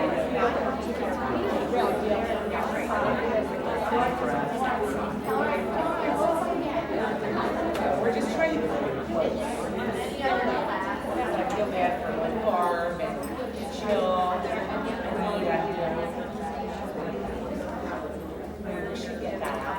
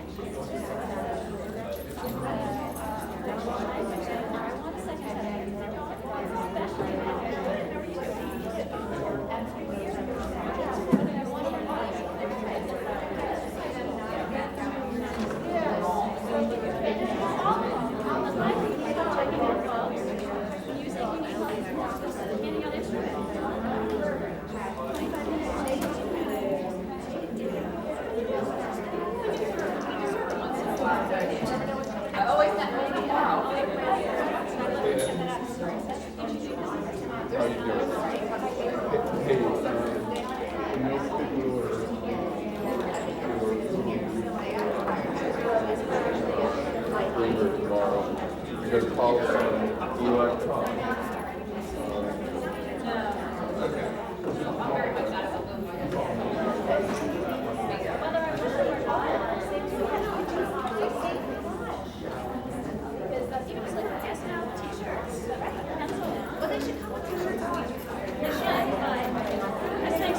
Julie's fabulous. I'm getting you here, Tony, but I think. Oh my gosh, I'm like, get your shirt. I've witnessed other classes.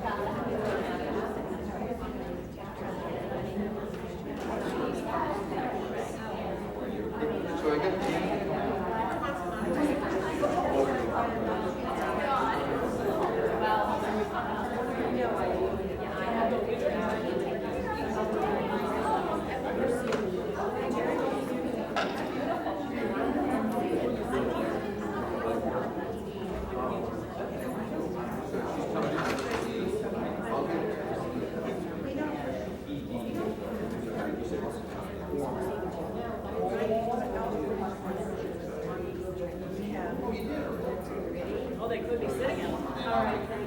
Yeah. And then the other thing we've been asked by the high school teachers, so I wanted to ask you.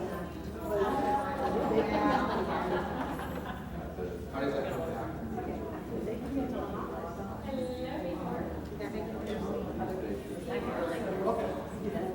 Okay. Yeah. You don't understand.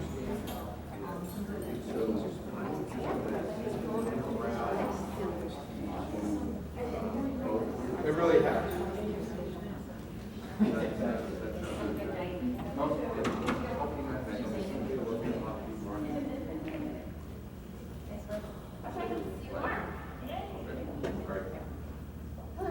Okay, I know, because I've seen this. That's why I think it's smart to see it. When I said So so, I just called the other number and left a message saying,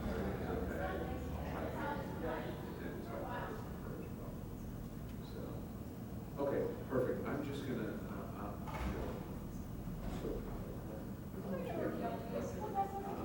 Kelly Burns, should we just talk about this? Her stuff is still here. So Gaxax at Gmail and Minalcina99. Perfect. All right, thank you very much, sir, for your time. I'll see you tomorrow. All right? All right, take care.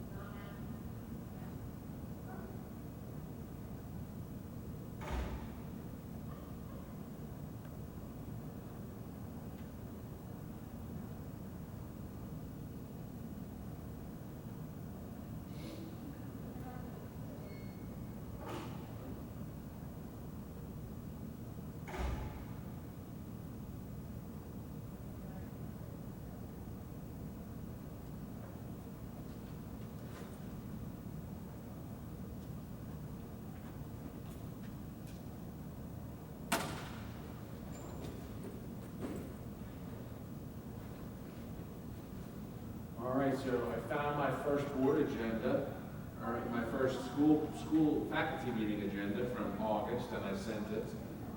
So thank you for, Well, thank you for taking the time to relook.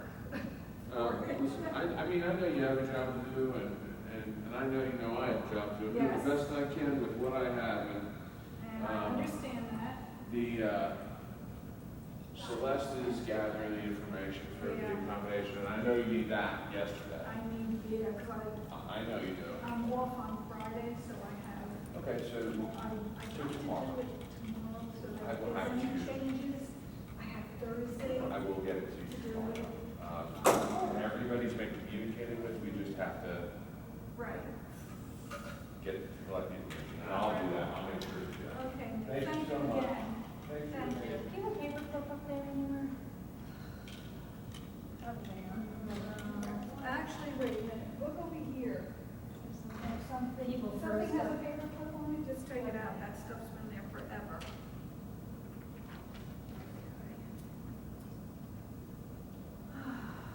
Lord. I'm just tired.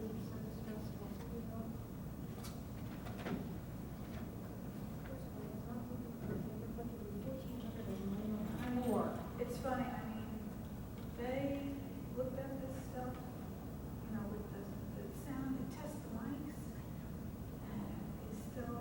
I know. It's always Still an issue, and I just was using the wrong volume. Otherwise, I would have had it.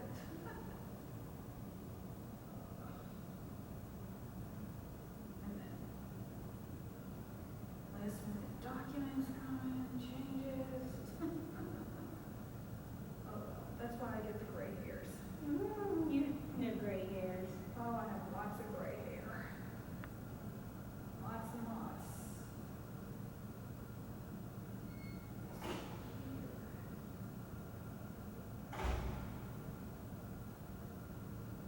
You're just coloring it.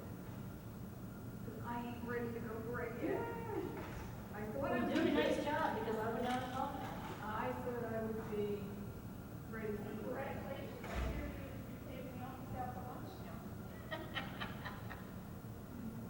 Okay.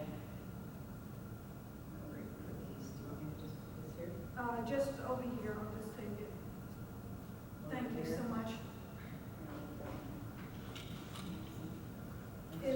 Thank you so much. You're always going to have you, with the royal you, like you have all this planned and then you get in front of the group and you're like, That's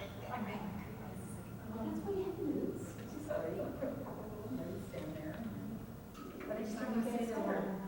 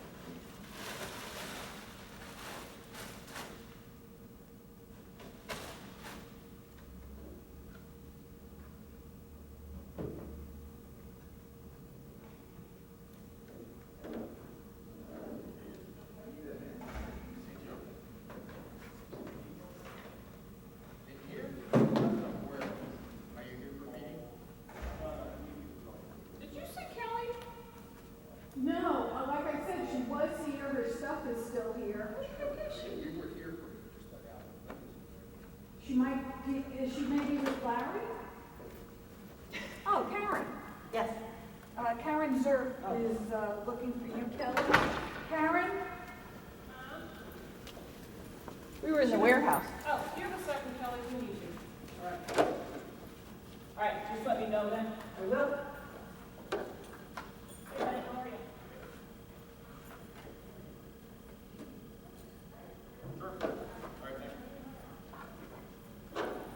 Karen, thank you and Joan for going through those documents. Oh, Joan, you most of it. Hey, do I have your, But I don't somebody, know. do I have a child who's related to you? I have a Madeline. No, my husband's family is all from the Manhattan area. Oh, okay. So, but when we moved out to Pennsylvania, I couldn't believe how many hippie families there were. Because I had it, I'm like, what if this child was related to Mary Ann? And I was gonna ask her. Then I saw it. See, with a lot of those things, with a lot of this, with some of the curriculums, I don't want to change verbiage because I don't know, was that A supposed to be there because it meant something mathematically? No. Yeah. And then if it was crossed out, I was, you know, the one that was struck through, yeah, but there wasn't anything after that, maybe there was a reason why it was there, so.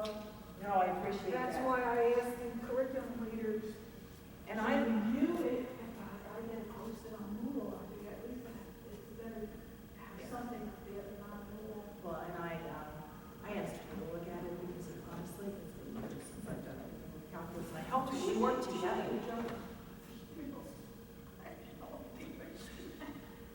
Okay. It's one of those math jokes. Yeah, must be. Yeah, but she's great, she's absolutely great, so. So thank you to those. All right. Taking the time to review that and everything. I just wish I could have gotten them answer, but. Hey, I think it's great.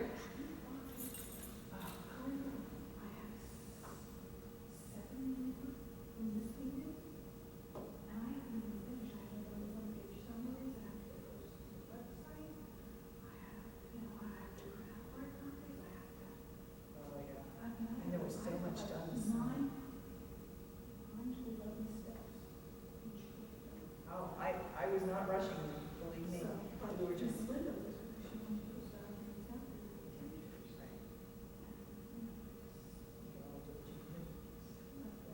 Right, and I'm sorry, sometimes when I ask you for something like, when I asked about, I know when I asked about those meeting dates, I thought there was a document that had all of the, because I had to, my principal is covering my half days.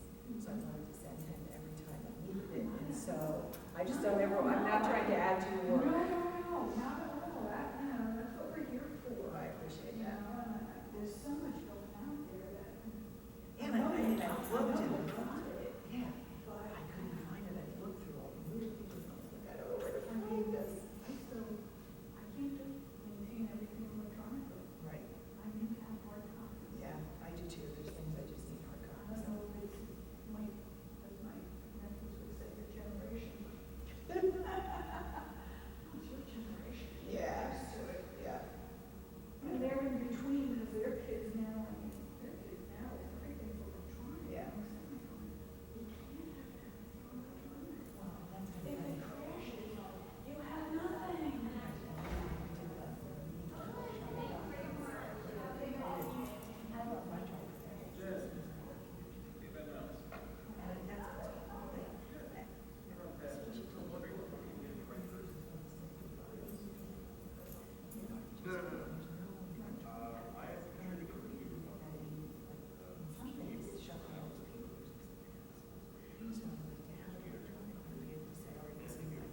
Right, these are absolutely right. To be able to say this is where I know this is not the way you do piece of paper.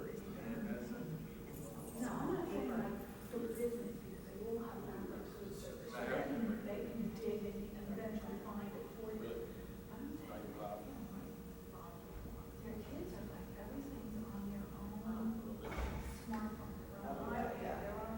There's nobody knows phone numbers anymore. So like if you would get a phone, the other day somebody said, yeah, if I look it up, I don't know what it is.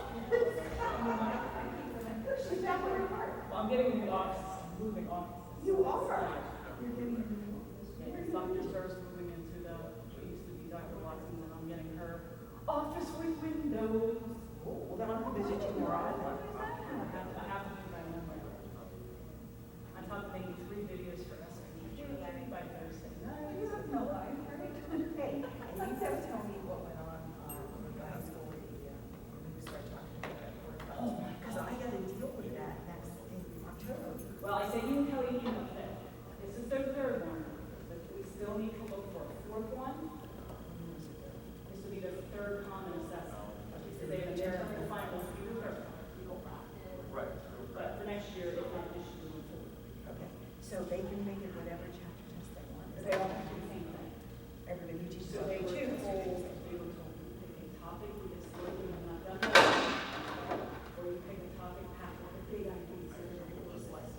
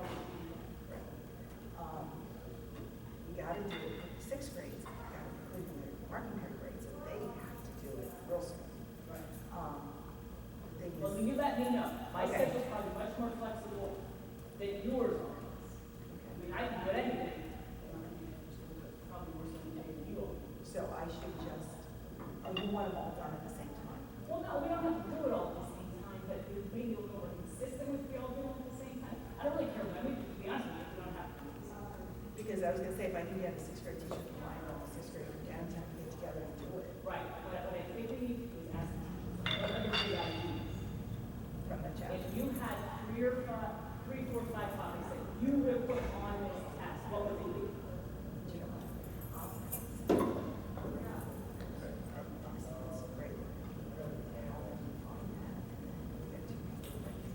Right, because then we can do a say, Then we can get input from everything. we'll look at your 3, 4, 5, and we'll look for common. We'll pick up a couple topics in common, so everybody gets something. Right. You might not get everything. Right. But at least everybody gets something. But I said, like, October 20th. So I want them printed here so nobody has to do that work. Okay. All right, Yeah, I emailed you, as a matter of fact, when I was paying attention to the meeting. Okay. I emailed you about the specific thing, like who, how much, and, you know, how much time, and. I would say that you grant 2 hours and they don't use it all. They can say, we used an hour, we used an hour and a half, and finish it. Right. But if they don't finish it in an hour and they walk away, we're in trouble. Yeah, because then I have to. So try for 2 hours. Yeah, and then they won't like it when I have to do it. So try for 2 hours and let me know. Do we have a key to unlock that damn door? No, well, you closed it. You can't close it. You want me to run around and? No.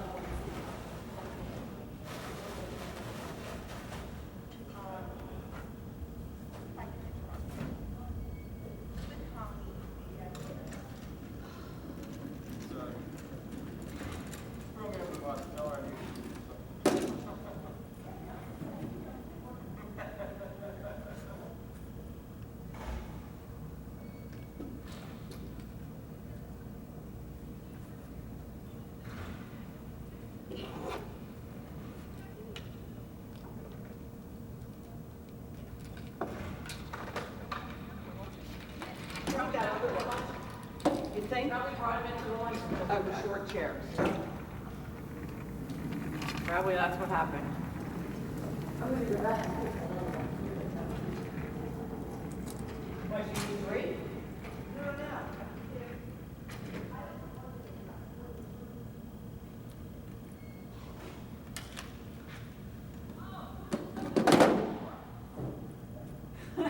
Jimmy and Rory Piper.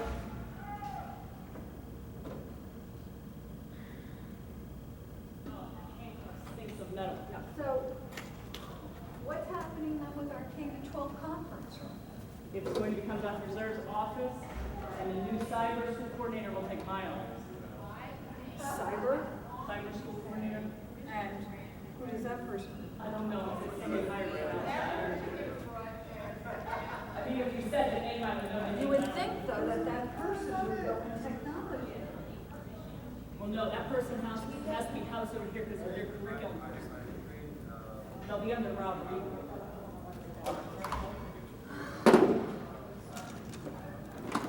Oh, well.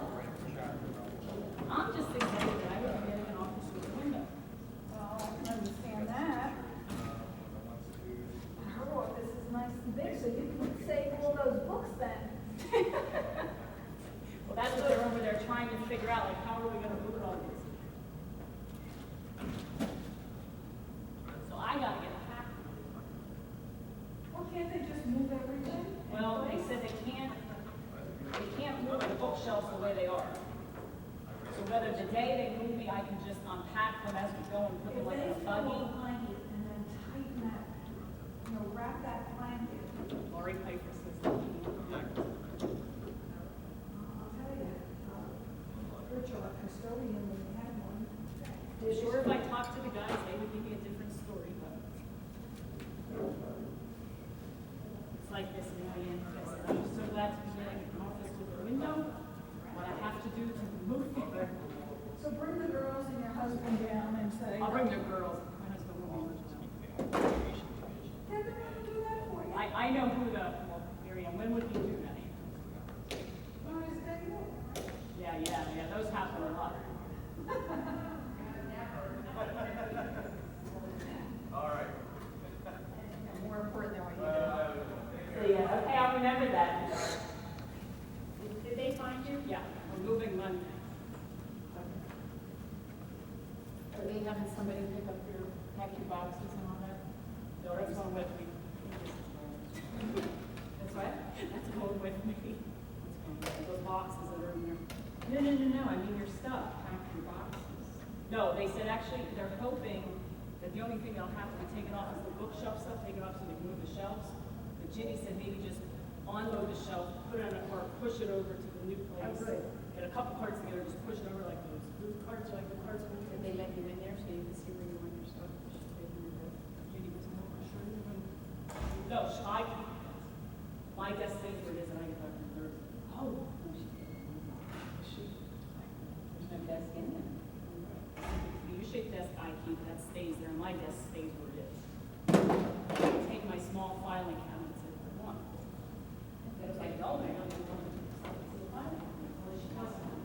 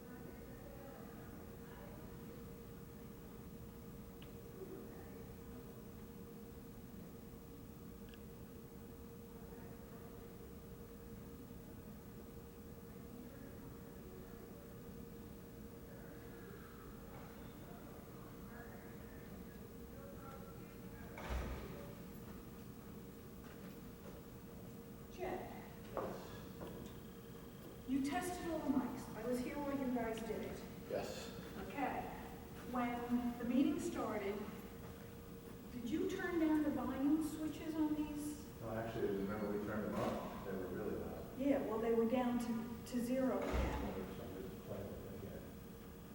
So let's see what it's, Unless it's automatically dropping or something. and of course I was doing the wrong switch. And I called Donna and Jackie came down. A good spot, but speech down bottom as well. So we're doing separate. Okay, Yeah, it's still now pretty you're high. fine, no, that's because we raised it. I was doing volume program, because that's what I thought went there, and I didn't have it. Now see how it went down to Well, you zero? gotta pick one, yeah. So we would We pick a were in source. lifetime.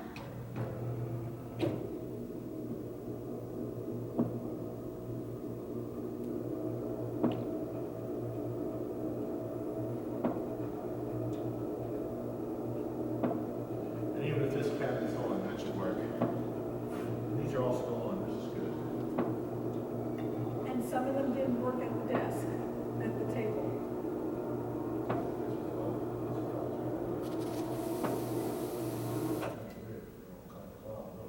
They're down to nothing. They're down to nothing.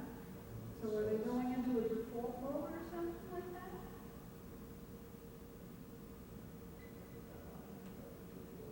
Yeah. For the speech one.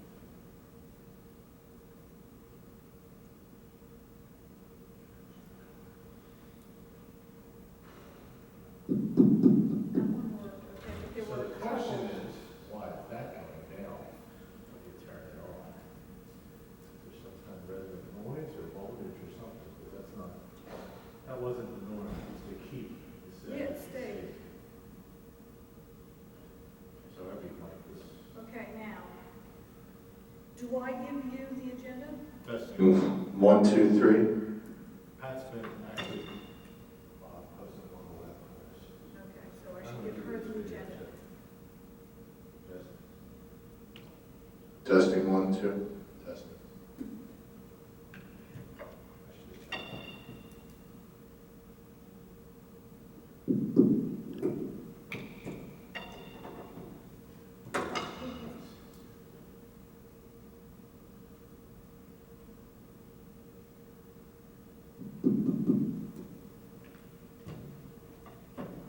So, wasn't these good catch? Glad you told me that. Well, Nobody thought to look at these volumes. Glad you remembered we were messing with that.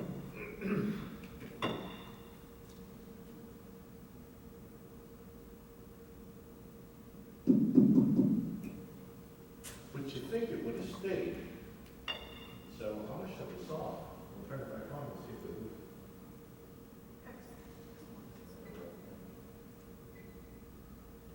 It's gonna be a pain in the ass to adjust that. well, the thing is that, you know, I didn't have the screen down, and you guys were testing it without the screen, Yeah. and it worked. The bigger thing is why it's turn the volume down. Unless that's how you adjusted it that last time out. It is, you need to know, so you tell everybody. To do it as a default. As a default, And it's then- separate, yeah. I don't know if everybody knows it, Karen, well, They did, yeah, we do have to tell them, that's the new, because before it would keep it default. So they didn't even know. That, well, I'll find out. and I took I'll find out batteries that. out, Very good. okay? I did my job. Let me, see if I remember to turn the camera off. Yep.